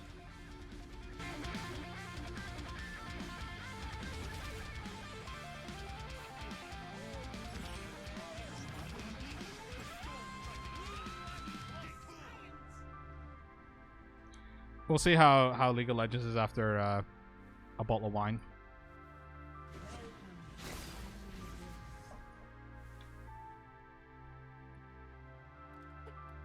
Might want to hide this chat while you play games. Really? You guys don't want to see the chat? Let me know. I mean, I can just turn it off right now, but it's just like...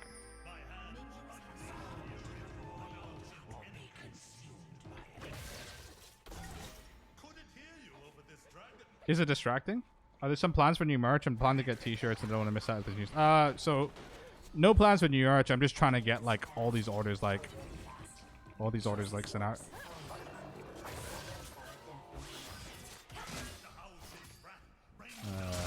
I'm off like AFK. Yeah, no plans just yet, but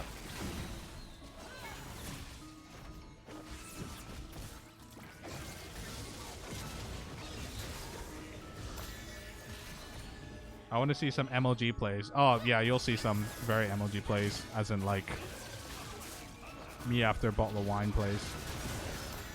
Oh,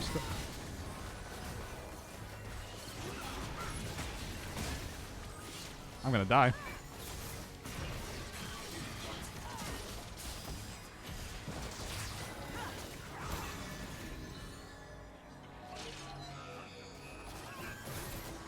I'm trying to like drink wine and do all the shit at the same time.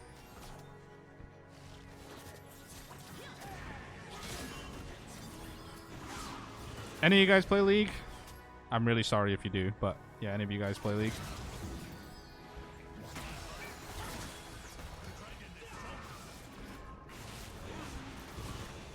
And if you do play League, let me know what you think of the new system and the new items. The new system, the new season, and the new items and stuff like that.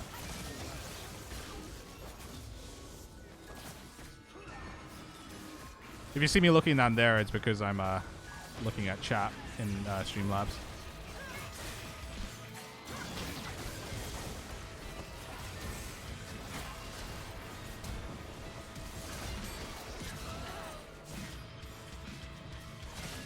I played League for 6 months and stopped. Understandable. Understandable, Chief.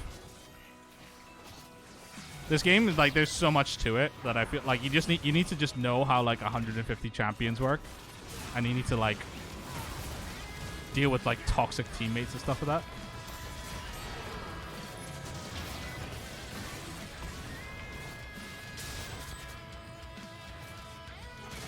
They tunneled so hard on that kill. Yeah, they really did.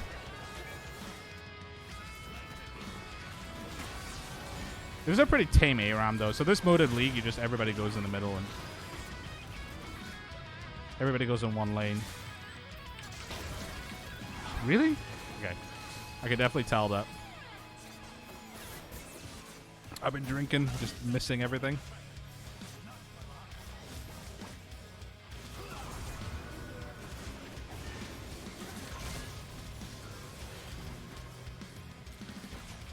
Heroes of the Storm is really casual, yeah.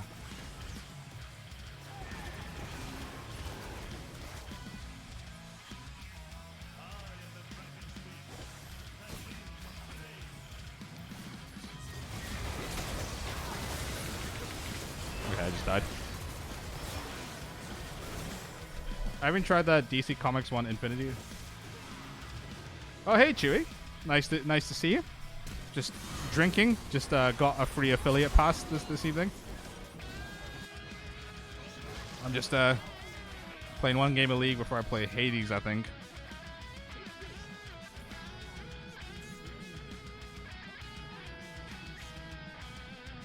I'm doing great, man. How are you? Let me know. I thought I'll give this streaming malarkey a proper go.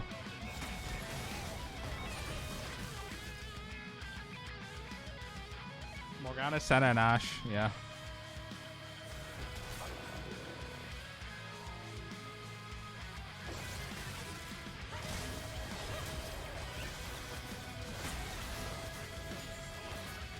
Aw, thank you for the sub, Chewy, as well, man. Oh, Rel's going. She's doing stuff.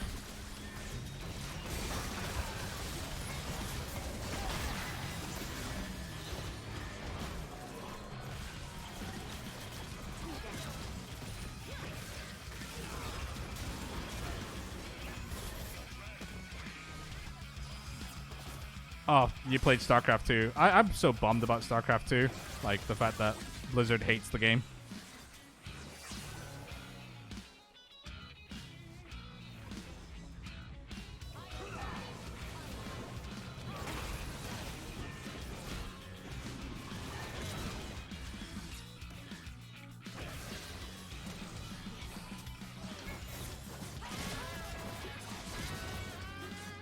I don't know, like, how many of you guys understand what's going on, but, like, this is just, like, the for fun game mode. Oh, hello.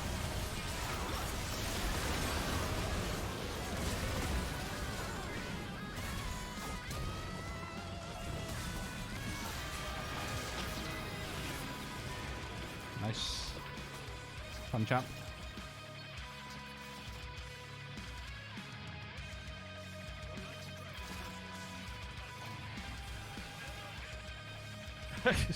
fuck you, Chewy. Chewy, I used to play a lot of League with Chewy, so.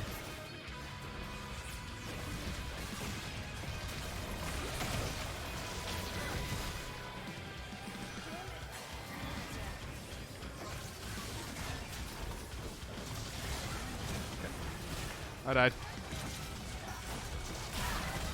Dude, 2011 StarCraft 2 was some of the apex of esports. Then all the personalized moved on the other games, and the game kind of died down in Twitch charts. And yeah, like the I feel like all the MOBAs just kind of took over. Also, let me know how levels are. I had to like turn up Spotify after turning down the audio. This game can easily be explained by saying fast suffering. Yeah, pretty much.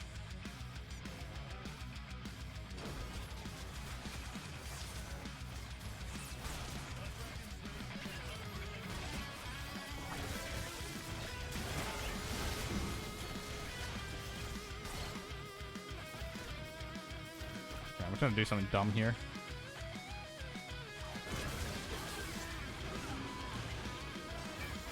Probably StarCraft 2 compared to other esports is that the barrier of entry is so high compared to other games. Yeah. No, that's the same problem in League. Like, League's got such a high barrier to entry. It's just so many people that play this game. It's just like, it's not surprising, like, if anybody's actually, like... Okay, I died.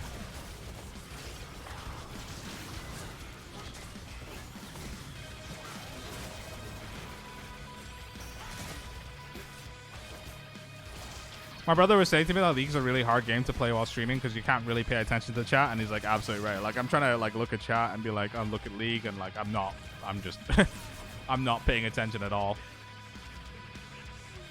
Barrier entry to high StarCraft 2, but most importantly, it's not as fun to watch when you don't have. Yeah, like, I find StarCraft 2 fun to watch because I kind of understand the game, but like, I know it.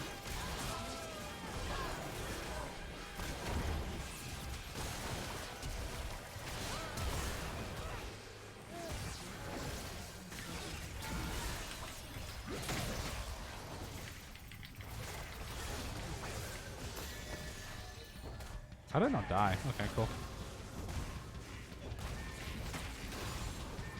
Tekken 7 Baron 10 just got high, but man, the game is crazy to see. Yeah, thing is, I feel like fighting games and games like CS:GO, it's kind of easy to understand what's going on.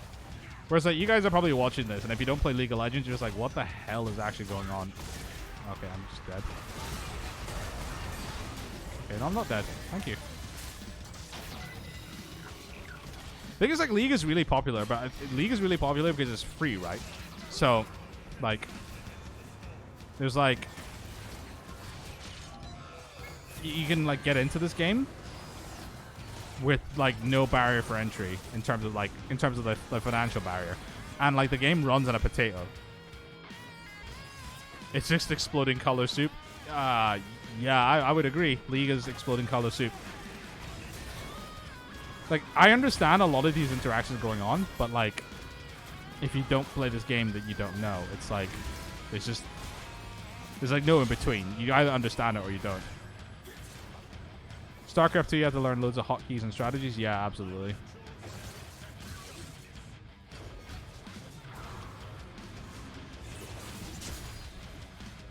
she gonna go in? Because, like, for instance, like that interaction, I know what that spell is, but like, I don't know if I can explain it to you. Like, she fires this shuriken out, and then she goes, if she recasts the ability, she goes to the person she cast. Like, I don't know if I can explain all that.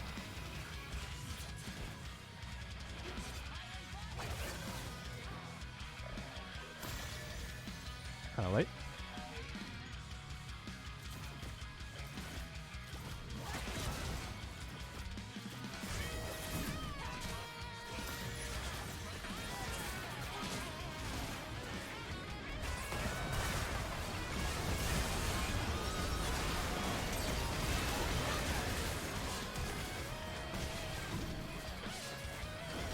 Oh my god, you're so tanky, Jesus Christ. Oh, fucking hell. Yeah, I'm not clicking my buttons. Just let me color cast your games.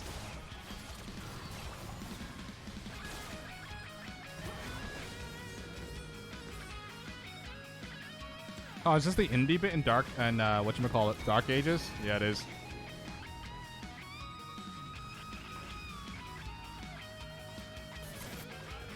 During this period, when I was writing like Isles and Event the Universe, it was like every single song needs like an indie like drum beat section. There's still that straw poll. Oh shit!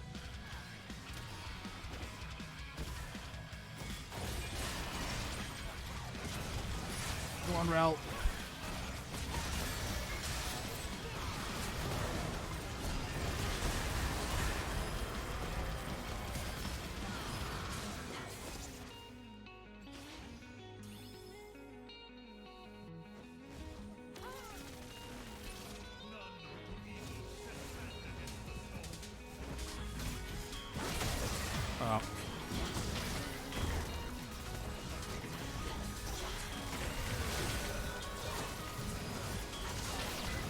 Fun champion.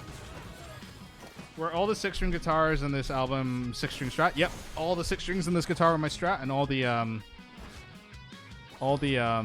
7 strings are my RG1527, which my brother has. So it's still in the flat. It's just my brother's room, so I don't want to get it.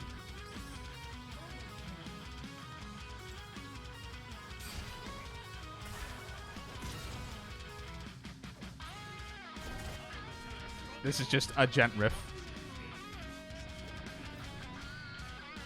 It's where like I changed the chords and like the in the rhythm guitar, in like the clean guitars, but not in like the riff guitars. Yeah, Cam was right. He wasn't being used, so.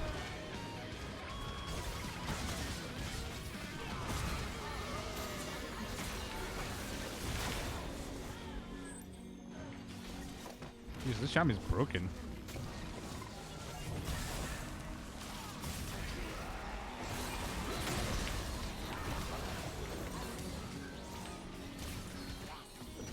One cool thing about these albums, one that stands out to me,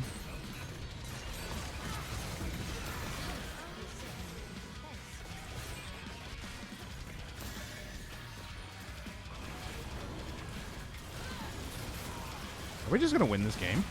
Someone wanted to surrender. It's like, okay, cool.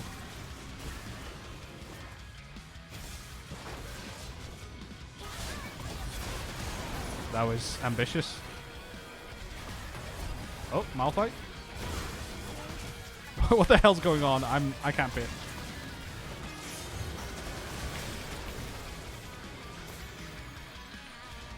I'm just pressing buttons. I don't know what's going on. So you guys are about as clueless as I am.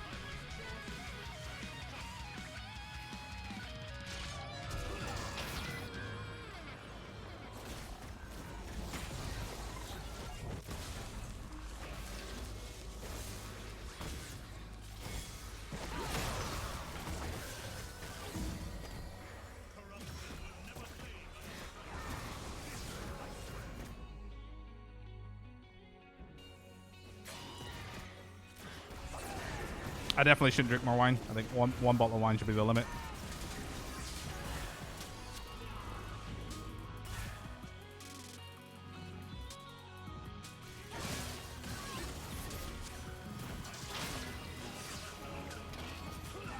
Remember seeing this in the album's liner notes? Oh, KM, yeah, he did the bass section in this song.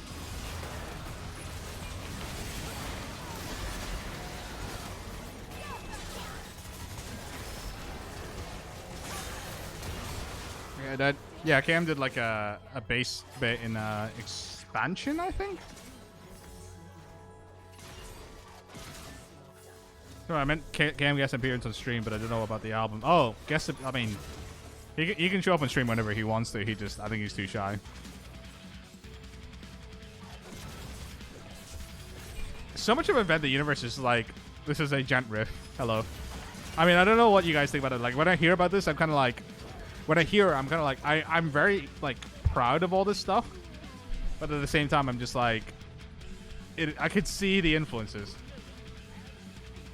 My brother gifted me his bass, so it was a funny coincidence when I heard it. Oh, that's cool.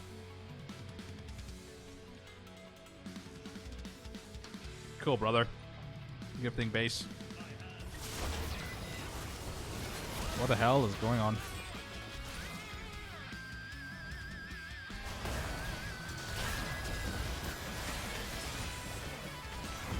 Dead? Okay, cool.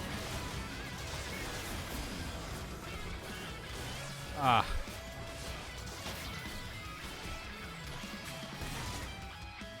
But yeah, like I don't know if League is a game I want to stream a lot of. I just wanted to like play a quick ARAM, but like quick ARAM, but it's like 60 minutes. It's one of those games. It's just really hard to It's hard to keep people in chat engaged so they don't play League of Legends because like. I mean, what the fuck is this game, right? Like, you look at it and you're just like, what is actually going on? I don't actually understand. So, I definitely understand why people might just be like, yeah, I don't want to bother watching. But, I actually, the opposite is happening. Like, I feel like people are more tuned in for when I'm just talking than when I'm,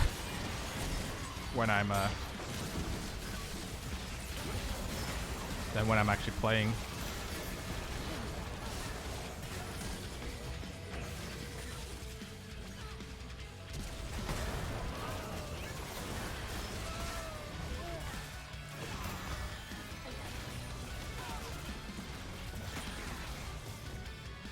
Yeah, this game's a fucking mess.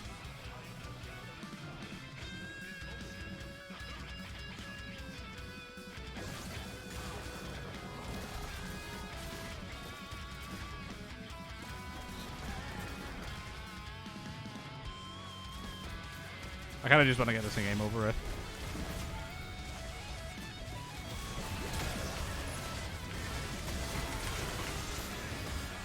Nah, didn't kill her. Feels bad. Yeah, I think we win here.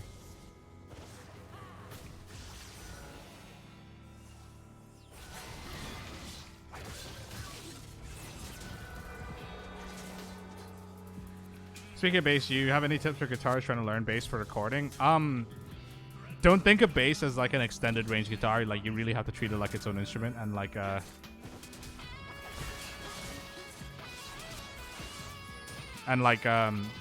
learn it on its own merits, because like trying to learn bass like a guitar is like, it's completely different. That's what I would say. Once people work out, you gotta make your way to the other side and smash the Nexus till you're good. Yeah. That's the entire objective of the game. Just smash the Nexus. Oh my god, this person's waiting for like 200 gold.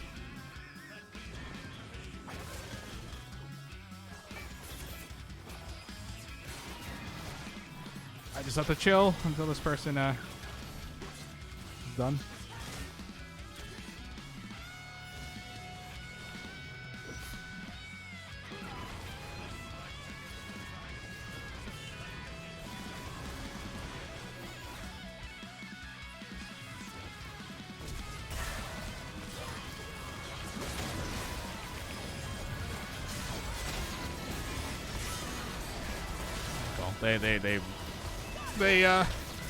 They all really focused on me, so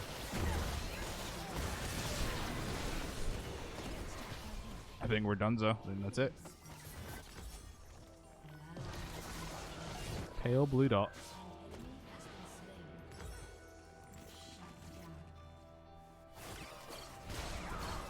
Oh no, we don't win.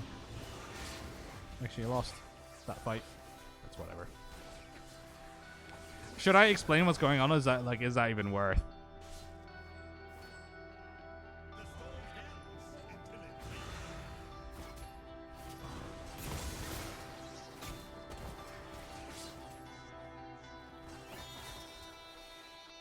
Yeah, like when you get used to the getting used to the scale length is part of it. But like the thing about if you're just trying to track bass for your music, you just start by just playing bass notes.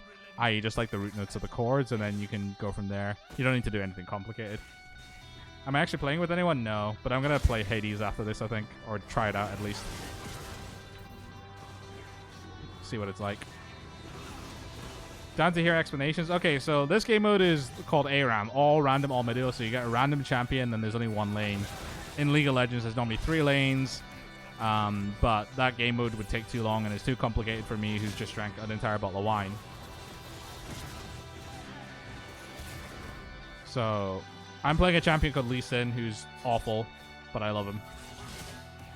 And I'm just trying to, I'm trying to pick somebody from the enemy team and kick them. Kick them into my team.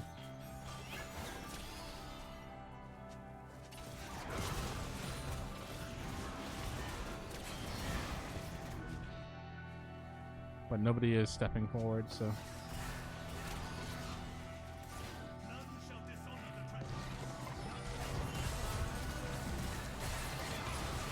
that guy's dead.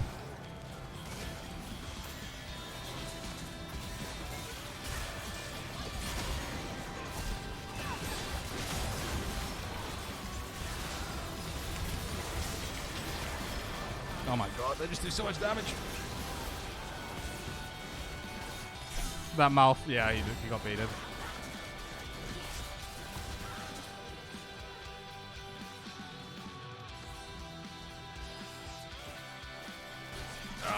The League's a funny one because, for instance, we were winning early, and then, they have champions that just, do more damage over time than ours, so it just becomes harder and harder to win the longer the game goes on.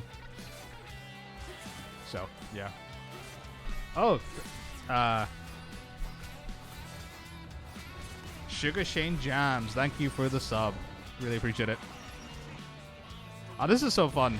People subbing.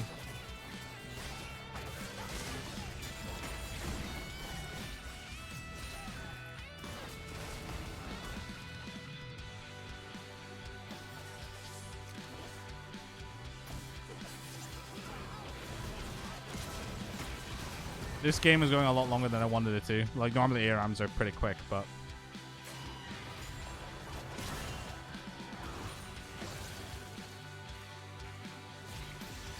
Shane from... Oh, hello, Shane. Thanks for the sub, dude.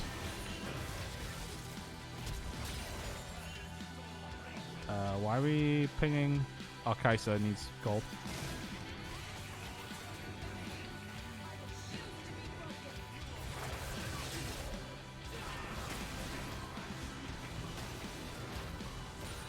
People give me money, I have fun. Yeah, I know it's people give me money, I have fun kind of thing, but it's I don't know, it's a new experience for me, the whole subbing.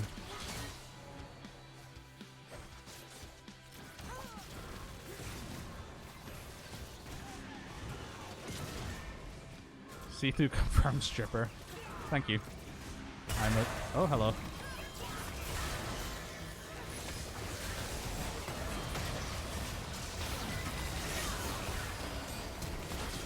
Who's dead? Okay, what album was after Invent the Universe? It was Isles, right?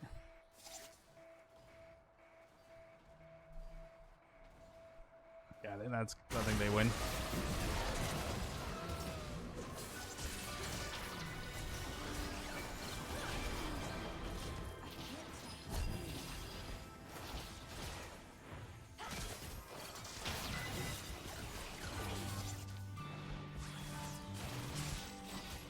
We have to do something Paul here to save the game, otherwise I think we just lose.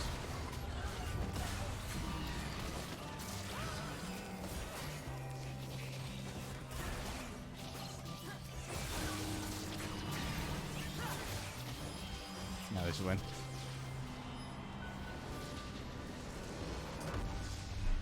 People are so toxic as well. Shut the fuck up. I was doing this, I was in that. Anyway, yeah, that was just to pass the time. Whatever. Don't care. Exit. Alright, let's play Hades.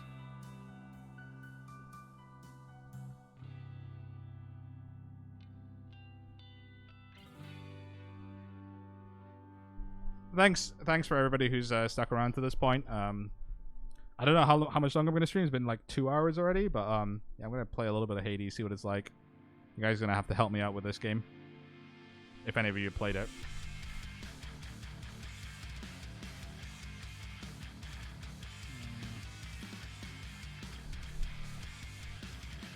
Okay, let's go. Let's play Hades. I've heard from some of the Hades music. Ooh, that's loud. Okay. 1 second.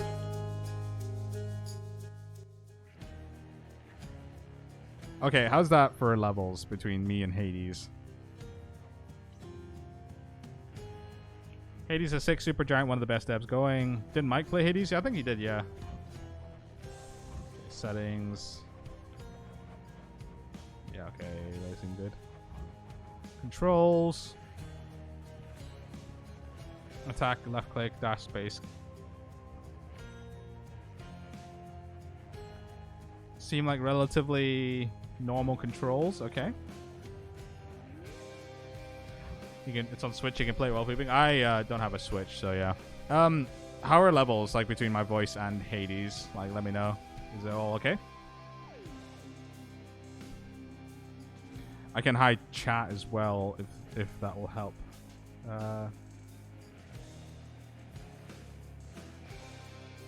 Sound levels are good? Okay, let's do this. Seems fine, okay, cool. Few tales are told of Hades, whose very name inspires fear and penitence, reminding us of the inevitable fate which we all share. I do have a Switch, yeah, I just never play it. Mean to tell you such a tale. Okay, I like the art style. Listen carefully. And the voice acting. Okay, this is really cool. Goodbye, Father. Tartarus. So I'm assuming this is like really heavily inspired by like Greek mythology.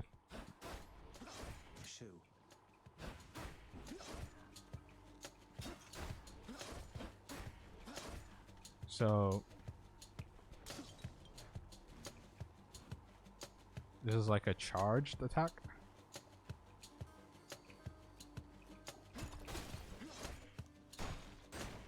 Whoops. Okay, I can break down pillars.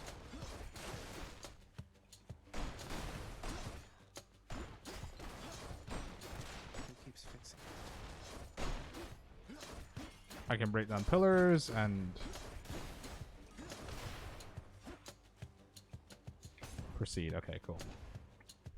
Also, feel free to just keep asking me about shit. Like I'm just gonna figure out this game, but I will happily just keep talking shit as we go. Oh, hello, it's a boss.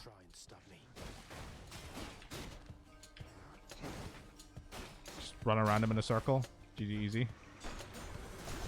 How do I make anime chord progression, senpai? Oh, there's more of them. So I'm gonna have to get a guitar for this, but I'll. How much theory do you know?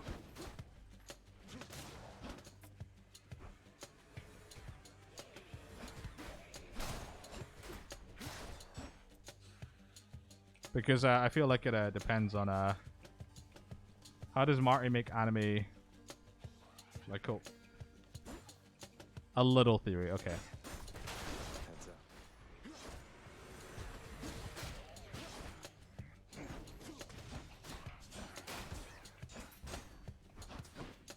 Okay, spacebar is dodge, okay.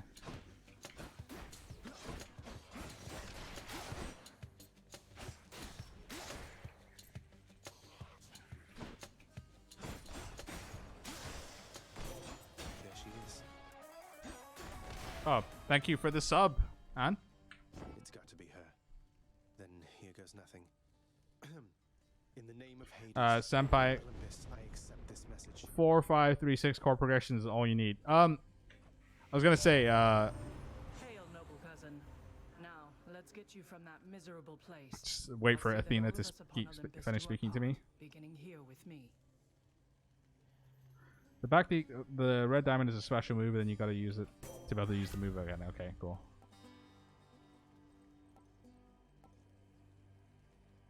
I'm gonna I dash. know you can't hear me all the way where you are, goddess, but thank you.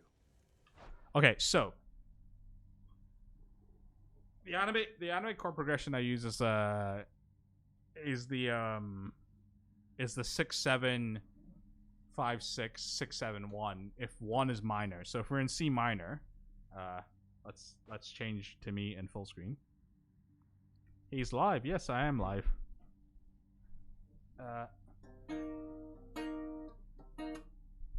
Let's try and get the guitar in the microphone as well. So if we're in C minor,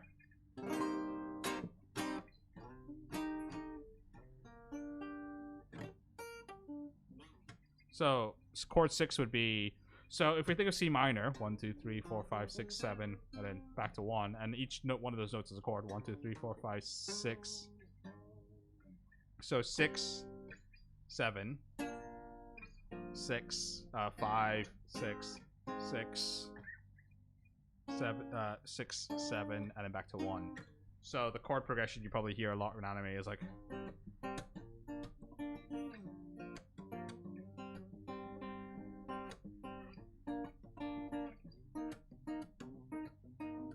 and then you might hear so you might hear like instead of playing the minor one, you play like a sus4 into the major one. So you go,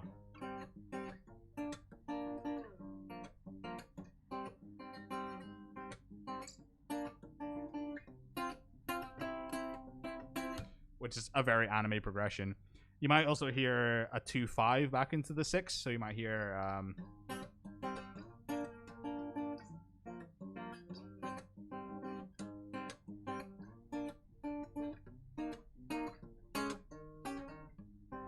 which is like a jazz like standard thing to go into a chord. But this particular 2-5, where you go from the 1 in the minor, then you go 2-5 into the you do a 2-5 to this chord, which is very anime sound. So I feel like in I use this in Time to Decide, where the chord progression is like a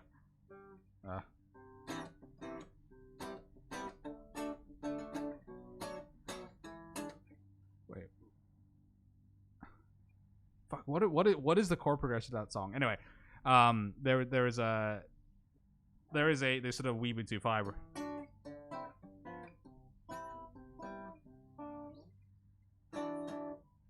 fuck, do I actually have to play it to figure it out? 1 second. So this.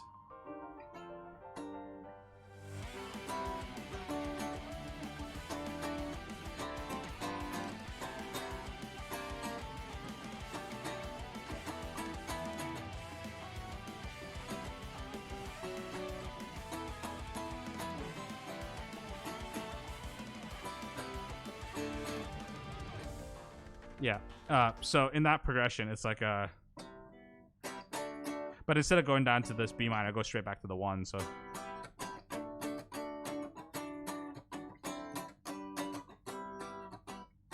So then.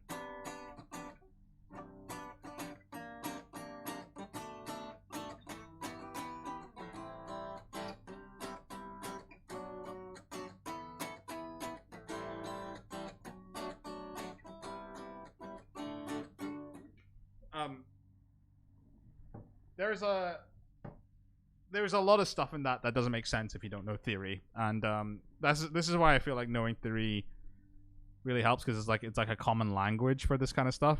So yeah, I'm just gonna catch up with chat. Nice blue guitar, thank you. Might have been too much into too little time, but I checked the VODs. Yeah, like the thing is though, like a lot of this stuff about like anime chord progression and stuff I just learned through listening and knowing the little theory I had. I just kind of extrapolated what I knew into what I was hearing. So there isn't really like these are the chords and these are the chord progressions you should use to sound anime. You just kind of need to listen to J-pop and listen to J-rock and hear what they're using and try and replicate that, if that makes sense. But yeah, imagine knowing music theory. Yeah.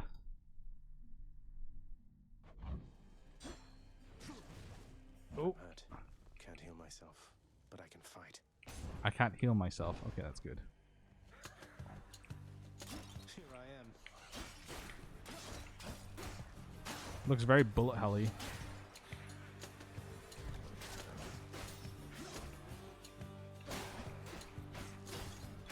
Just so I have 25 health. I'm assuming just don't get hit, Lama.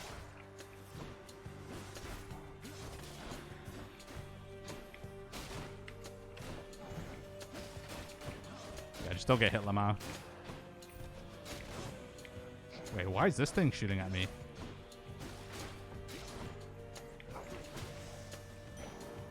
Last one standing. What is this thing? Gain something. Okay. Switch scenes. Oh yeah, switch scenes. Yeah, that's what I should have done.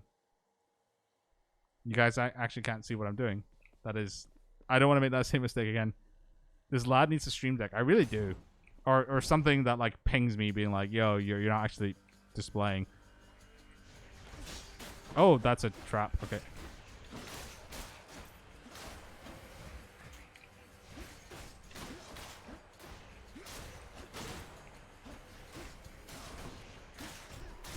I have 17 HP. So I'm assuming there's no way to heal and I'm just going to die soon.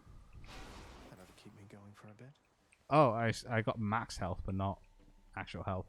Game opens up pretty big and you want to do one more run. Yeah. KM eat a pickle on stream. Big streamers forget to switch scenes all the time and makes for great content. Oh, okay. Fair.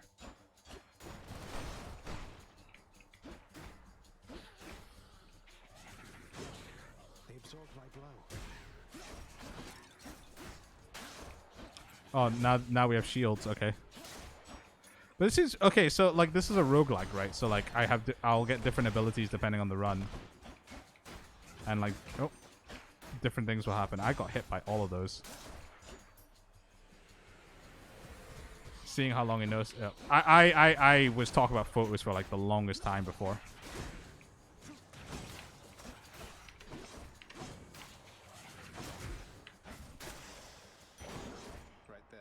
I have 7 health. Okay, this is good. Mine now. This game is a lot of fun. Holy. I feel like I have 2 health. Cool. Let's see how long I can last with 2 health.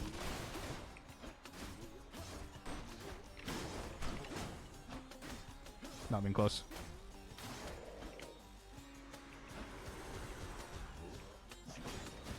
Okay, I'm dead. There is no escape.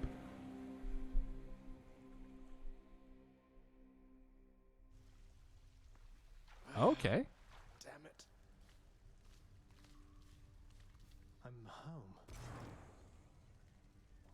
The House of Hades. Yes, carry on, everyone. Don't mind me. Back already. Welcome to the House of Hades, where... Wait, I know you. Guess that means you died out there, huh? Well, don't be sad, though. Pretty much everybody dies sometime. Oh, yeah, everybody dies. Okay, cool. Some of us more than others. Oh, Stupid who's this dude? boy. I told you nobody gets out of here, whether alive or dead. Well, how was Thank your you so much for guitar lesson. It's finishing game I own, but thank you. Oh, yeah, no worries, man. anytime. Like honestly, like I'm happy to talk about anything while streaming stuff. It's just Thank you for like asking. it's all good. I'll just be on my way again. Hypnos looks like they're on a bender, yeah. Be on your way indeed. What do I care? Hades doesn't look like Hades from the Disney movie, so Go. kind of disappointed. See for yourself.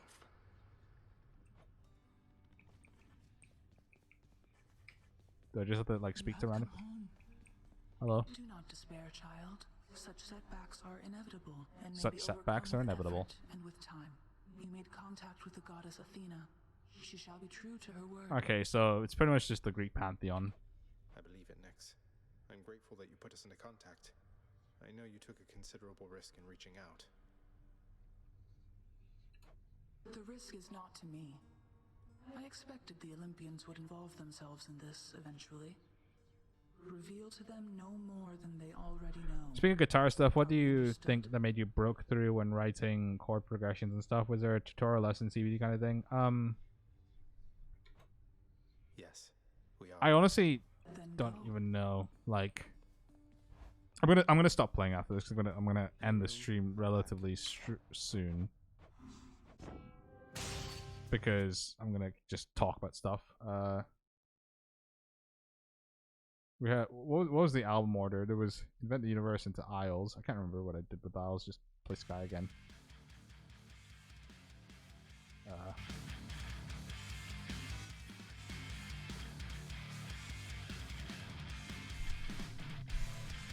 So yeah, like I feel like I felt like everything I learned was so gradual over time, so I can't really point to a specific point where I feel like I learned everything. Nodders. Yeah, I feel like there wasn't anything that really made or break what I knew. Like everything was just super gradual. Everything I learned with regards to everything I know with guitar stuff and production, it was just really gradual. So there wasn't really I don't want to make it like sound pessimistic or anything, but there's no eureka moment. Oh, thank you for the follow, Dark Glory. But yeah, there's no like eureka moment. There's no like thing where you're just like, oh yeah, I get it, and everything makes sense now. It's just, it's so small and piecewise, right? So that's why I would say don't be discouraged when things don't seem to be clicking instantaneously, because they don't click instantaneously. It's always just very gradual. Breakthroughs aren't a thing. You make a lot of shit music until it's slowly less being less shit. That's true as well. Like, so people talk about songwriting as if it's some like mystical talent that, you know, you just kind of, you write music and then like if you have the talent, you write good music. It's like, no, it doesn't work like that. Songwriting is something you practice like everything else, and you will write lots of bad music until you start writing music that's good. But the thing a lot of people, excuse me, got a wine burp there. The thing a lot of people do is they kind of give up because they don't write their magnum opus straight away. It's like, you guys have heard Cassini, right? So, I mean, I am proud of the album, but it's definitely not something that I would right now with what I know and what I've learned. Thank you, Nordic Skull, for the follow. Yeah, it's not something I would say that I would right now, and it's definitely a reflection of where I was at the time with my writing and what I knew. So yeah. Oh, thank you for the congratulations hitting an affiliate, Nordic Skull. Appreciate it, man. So yeah, like songwriting is something you practice like everything else. I feel like there's small eureka moments every now and then. Yeah, I mean, yeah, for sure. There's like small moments, but I feel like you don't get songwriting or you don't get production. You get elements of something here and there. And even then, I feel like I never really felt like I have eureka moments. I just kind of learn as I go kind of thing. And a lot of the learning is just trial and error and failure and learning from failure and so on, which is why I say like writing music and production and music production is like Dark Souls, because you just kind of smash your head against the brick wall until you get it, you know. So yeah. For like example, I am struggling with linking more than one scale box, like in a position I can learn like a D minor pentatonic, but I want to keep going up the next scale box. And what the fuck is that box? I've had to learn 5 boxes up next. So this is one thing that I find is just rote memorization. So for instance, what you're talking about is the D minor pentatonic. So let's get the guitar. So for instance, like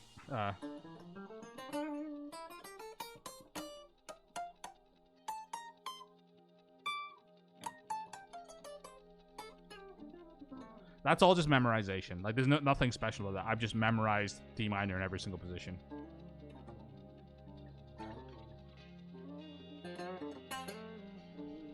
There's no secret to that. You just need to sit down and go. The one thing that helps is memorizing the intervals, because the intervals between a D minor and the intervals between like a B flat minor, they're the same intervals. So if you can just extrapolate the intervals and know the spaces between each note, then you can just do the same thing for every. So if you ask me to play something in like F minor, I'd be like.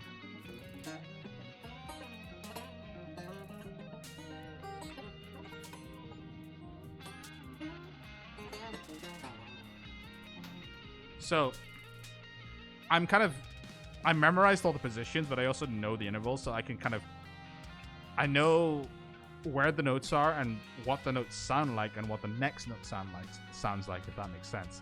And there's no special skill to that. That's just doing something over and over again and memorizing the sound and memorizing where it is on the fretboard, where it is relative to the other notes. So for instance, like I like in D minor, your example, you know where all the Ds are.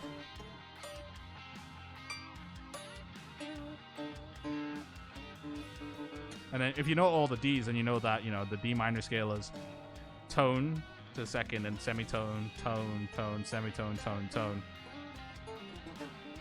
And if you can memorize all the scales, you can, if you know what note you are relative to any note in the D minor scale, you can play any other note.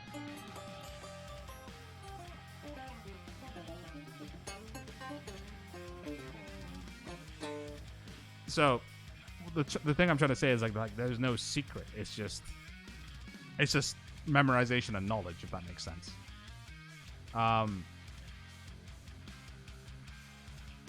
It feels like when I play guitar, if I get hyped playing, even it sounds shit. I mean, like, that is the basis for playing guitar, and anything you do on an instrument is just having fun with it. Because if you like, I've said this on my previous stream, but like, people talk to me and ask me about like how do they become successful, and I can't answer that question because I never thought about it. It was just fun for me, and that's what I did. So that's where I am, I can't explain to it was never my goal to be a successful musician, in inverted commas, like whatever it means to be a successful musician. I just did it because it was fun, right? So the goal should be to be better, to improve, to push yourself, but you shouldn't create, like, I feel like the vaguer it is, the more it is, the less pressure there is on you, because if you try to make a specific goal, like I need to have X many like followers on Facebook or Instagram and X many listens on Spotify, like you just kind of drain yourself and you take the fun out of it. I think it should be kind of vague and it should be kind of fun, and like it should just be like this continual improvement process and stuff like that. And then you get to my age and you understand what you're good at and what you're not good at, and then you focus on what you're good at, and then like that's fine as well. If you're still trying to discover that, then I think just try everything. Like, just try everything and see what is the most fun for you. And when you find something that's fun, just keep doing it. And there's no guarantees in life, but the thing is, the thing you will guarantee is that regardless of how successful you are or how successful you aren't, if you had fun while doing stuff, then it was worthwhile, right? Thank you for the follow, MBIG M Big Red. There we go. Should I just learn the intervals? Yeah, just learn the intervals, and you will get that over time. It's like, it's not something that clicks. It's just repetition. It's just something that gets into your muscle memory and into your brain and stuff like that. And then you recognize, like, the other thing as well is you recognize, if you're in D minor, you recognize like you're on the 5th of D minor, you're on the 7th of D minor, and you just recognize a sound relative to the root pitch. and that kind of stuff, and like that's just practice, and that's just experience and stuff like that. And okay, so cheers for the tips about going to intervals. The other thing I asked, how conscious are you about how hard you play? Like, do you play harder for rhythm than leads? It just depends on like what I am playing. Like, for instance, like if I want to, let me get the guitar again. Like if I want to like really emphasize something, like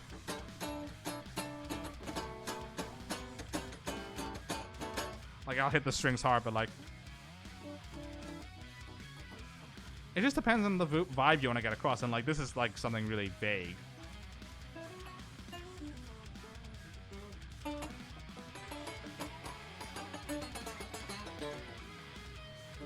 Like how hard you hit just kind of depends on what you're trying to get across, you know.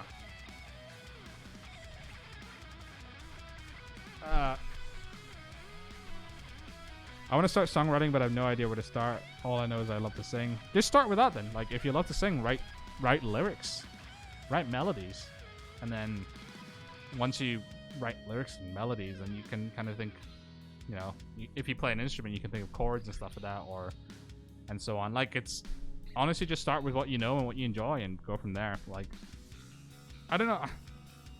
I feel like there's this sort of pressure to create the perfect song, and I mean I'm definitely the one to tell you that like I've not created the perfect song, you know. I've not written the perfect song. I just write music that's the most reflective of me as a person as I am now.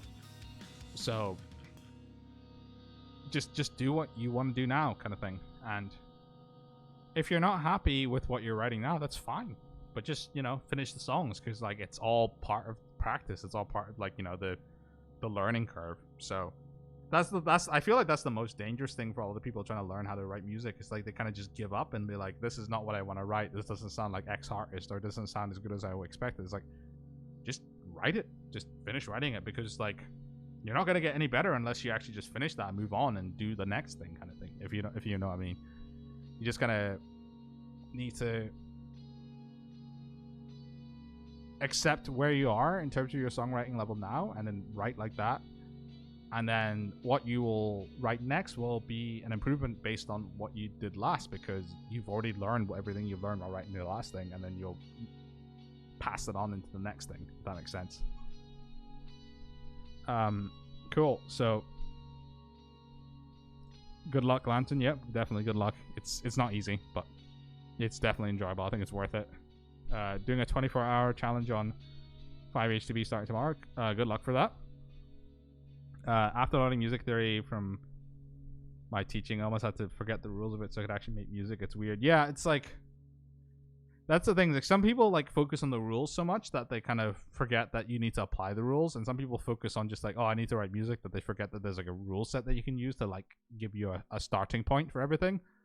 And like both of those viewpoints are not mutually exclusive. Like you can use both, if that makes sense. Like you want to, like for instance, I write music thinking like I want to create a certain feeling or vibe or whatever, but I'm not doing this from scratch, you know. There are rules and theory that I'm applying to create the kind of vibe and the correct feeling that I'm going for. And it's like you can do both, right? So it's not a case of you need to know theory and like only work by rules of theory, or you need to only just work by feeling. You can do both. I think that's the kind of balance that you want to strike, because like music is essentially a very emotive thing. So like when someone listens to music, like most of the time they're not thinking about whatever fucking theory's going on. They're like thinking about how it makes them feel and like what mood it puts them in, what vibe it is. And that's the thing you want to put across. But you can use theory as a tool to help you put across that vibe and that feeling and so on. But yeah, like I'm glad you guys in chat are like are encouraging each other, because it's like it's the common struggle, right? It's just everybody goes through this stuff, everybody. And like, hate to be like a Debbie Downer thing, but like this never stops. Like it's a constant learning process. Like I feel like I'm always learning things, and I'm always trying to expand upon the knowledge that I have, and I'm trying to push myself, and like, which is why, like, for instance, trying to learn jazz standards and stuff like that. It's like it's a completely different language to me. It's like I know the alphabet, but I have no idea how to put together the letters to make something coherent. So the language that I know is like, you know, the rock, blues, metal world, and I can play stuff that makes sense in that world. But when it comes to the jazz world, like I said, it's the same letters, but I can't it's a different language, so I can't, like, it's like I'm trying to, like, I know how to speak English, but I'm trying to speak French, but like I said, it's the same characters, but I can't put the words together in a way that makes sense, and I have to relearn how to put the words together, which is a challenge because I'm so ingrained in speaking English. I'm so ingrained in speaking the language of metal guitar. So that world is very new and very challenging, and it takes conscious effort, but it's worthwhile for me because I want to do something different. I want to learn something new, and I want to be able to express a different musical vocabulary, if that makes sense. What's your thoughts on sweeping, if you can incorporate more in the future? I mean, I sweep all the time. It's just subtle. I'm not the kind of player that's going to play like the whole like Jason Becker, Serrano arpeggios kind of sweeping. I do sweep every now and then. It's just kind of subtle. The other thing is, like, when it comes to music techniques, I'm not interested in them anymore, really. Like, I think the technique I've worked on the most is like hybrid picking, just because it's convenient, and like thump because I wanted to learn thump for like Anime as Leaders and Anime as Leaders Part 2. Like, I learned thump for a meme song. But in terms of techniques, I kind of don't care.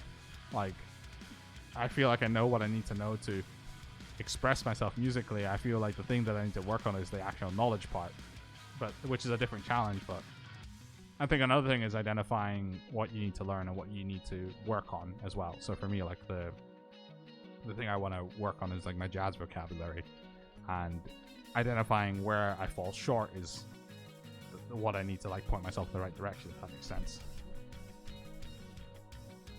I would like to see C2 covering Rosenwinkel's Zhivago. Oh man, Kurt Rosenwinkel. Like, I feel like I need to learn some jazz standards before I go into like the deep end of like jazz harmony stuff. Like, that's some modern jazz stuff that's beyond what I'm looking at the moment. Like, I'm learning like Autumn Leaves and that progression, and I'm learning how to like try and improvise over that. The thing that makes improvising over jazz difficult is because like you usually need to try and outline the chord somehow, whereas I'm used to just playing the scale over a chord progression, whereas like here is like you're playing a scale over each chord, so every single chord has a different scale that you want to pick notes from to outline the chord you're playing. So the idea is that if you take away the chords, people can still kind of get the feel of the progression from the lead part, and I find that that's the challenge that I'm trying to get across in jazz. So yeah, it's not easy, but I feel like it's definitely a challenge worth pursuing. And Spiral, yeah, Spiral was my attempt at jazz. Fucking, let's talk about Spiral. Let's put it on. Where is it?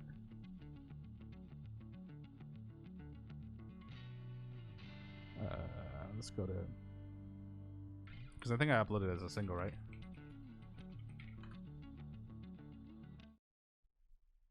I thought you already did that in your playing. Don't outline chords. It sounds great. I mean, like, yeah, I definitely don't outline chords in my playing. So basically, Spiral was a chord melody. So I had like a set of chords, and I outlined the melody within the chords, and that's what became the melody of Spiral. Split on Spotify when? Never, unfortunately, because I have to speak to Plenty about it.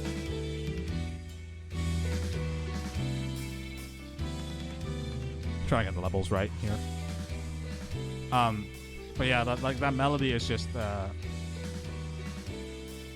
it came from the chord progression, so it's probably easier if I play it right. So the chord progression here is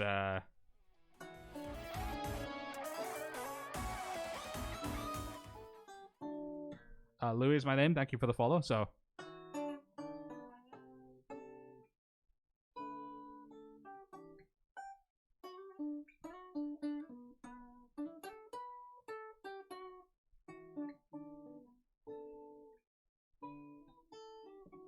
it's though you can hear the melody notes in the chord progression already.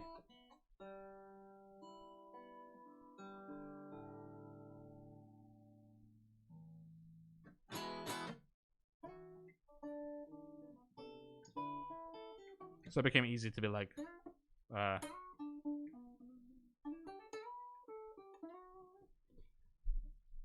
so this is why like this song was pretty easy for me to write, because like the melody was already there in the chords.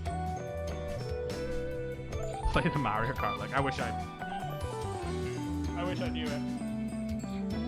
I was actually thinking for Hanako Shoujo manga spin-off to play the Mario Kart lick, but like I never got around to learning it.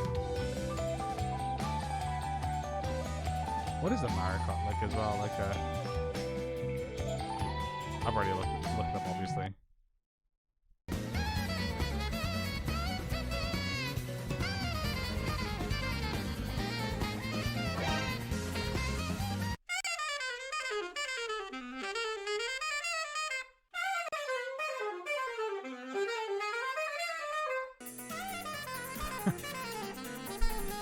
Get loaned to do it when you play it live, yeah.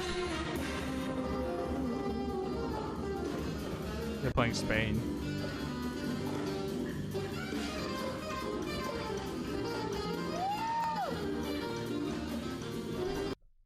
Oh, he actually did it.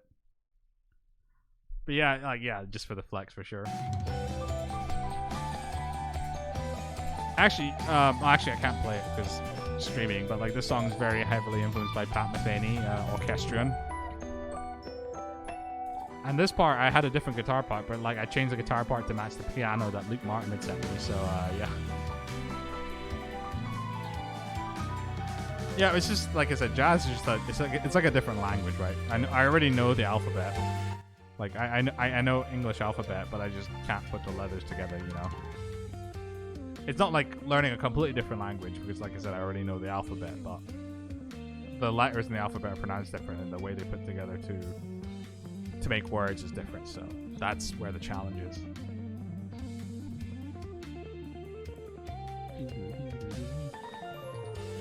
This is such a fun song, though. I'm really glad. Like, one of my goals with Set Course to Andromeda was to like make every single song like really starkly different from each other. And like when they go into new songs, it just like really sounded different. So like for instance, you have the end of Set Course to Andromeda. The back and forth between Pliny is just that was like I really wanted the solos to be like it sounded like we were just in a room together, you know. So like for instance, at the end of it just kind of like goes into that. And at the end of Constant Variables is like feedback. So you can kind of hear like guitars feeding. And getting axe effects as the feedback is a little bit hard, but I got there eventually. So you can hear like the guitars are feeding back. And that's the kill switch on that Jackson 8 string. And then it goes to the spiral. And then at the end of the spiral, you have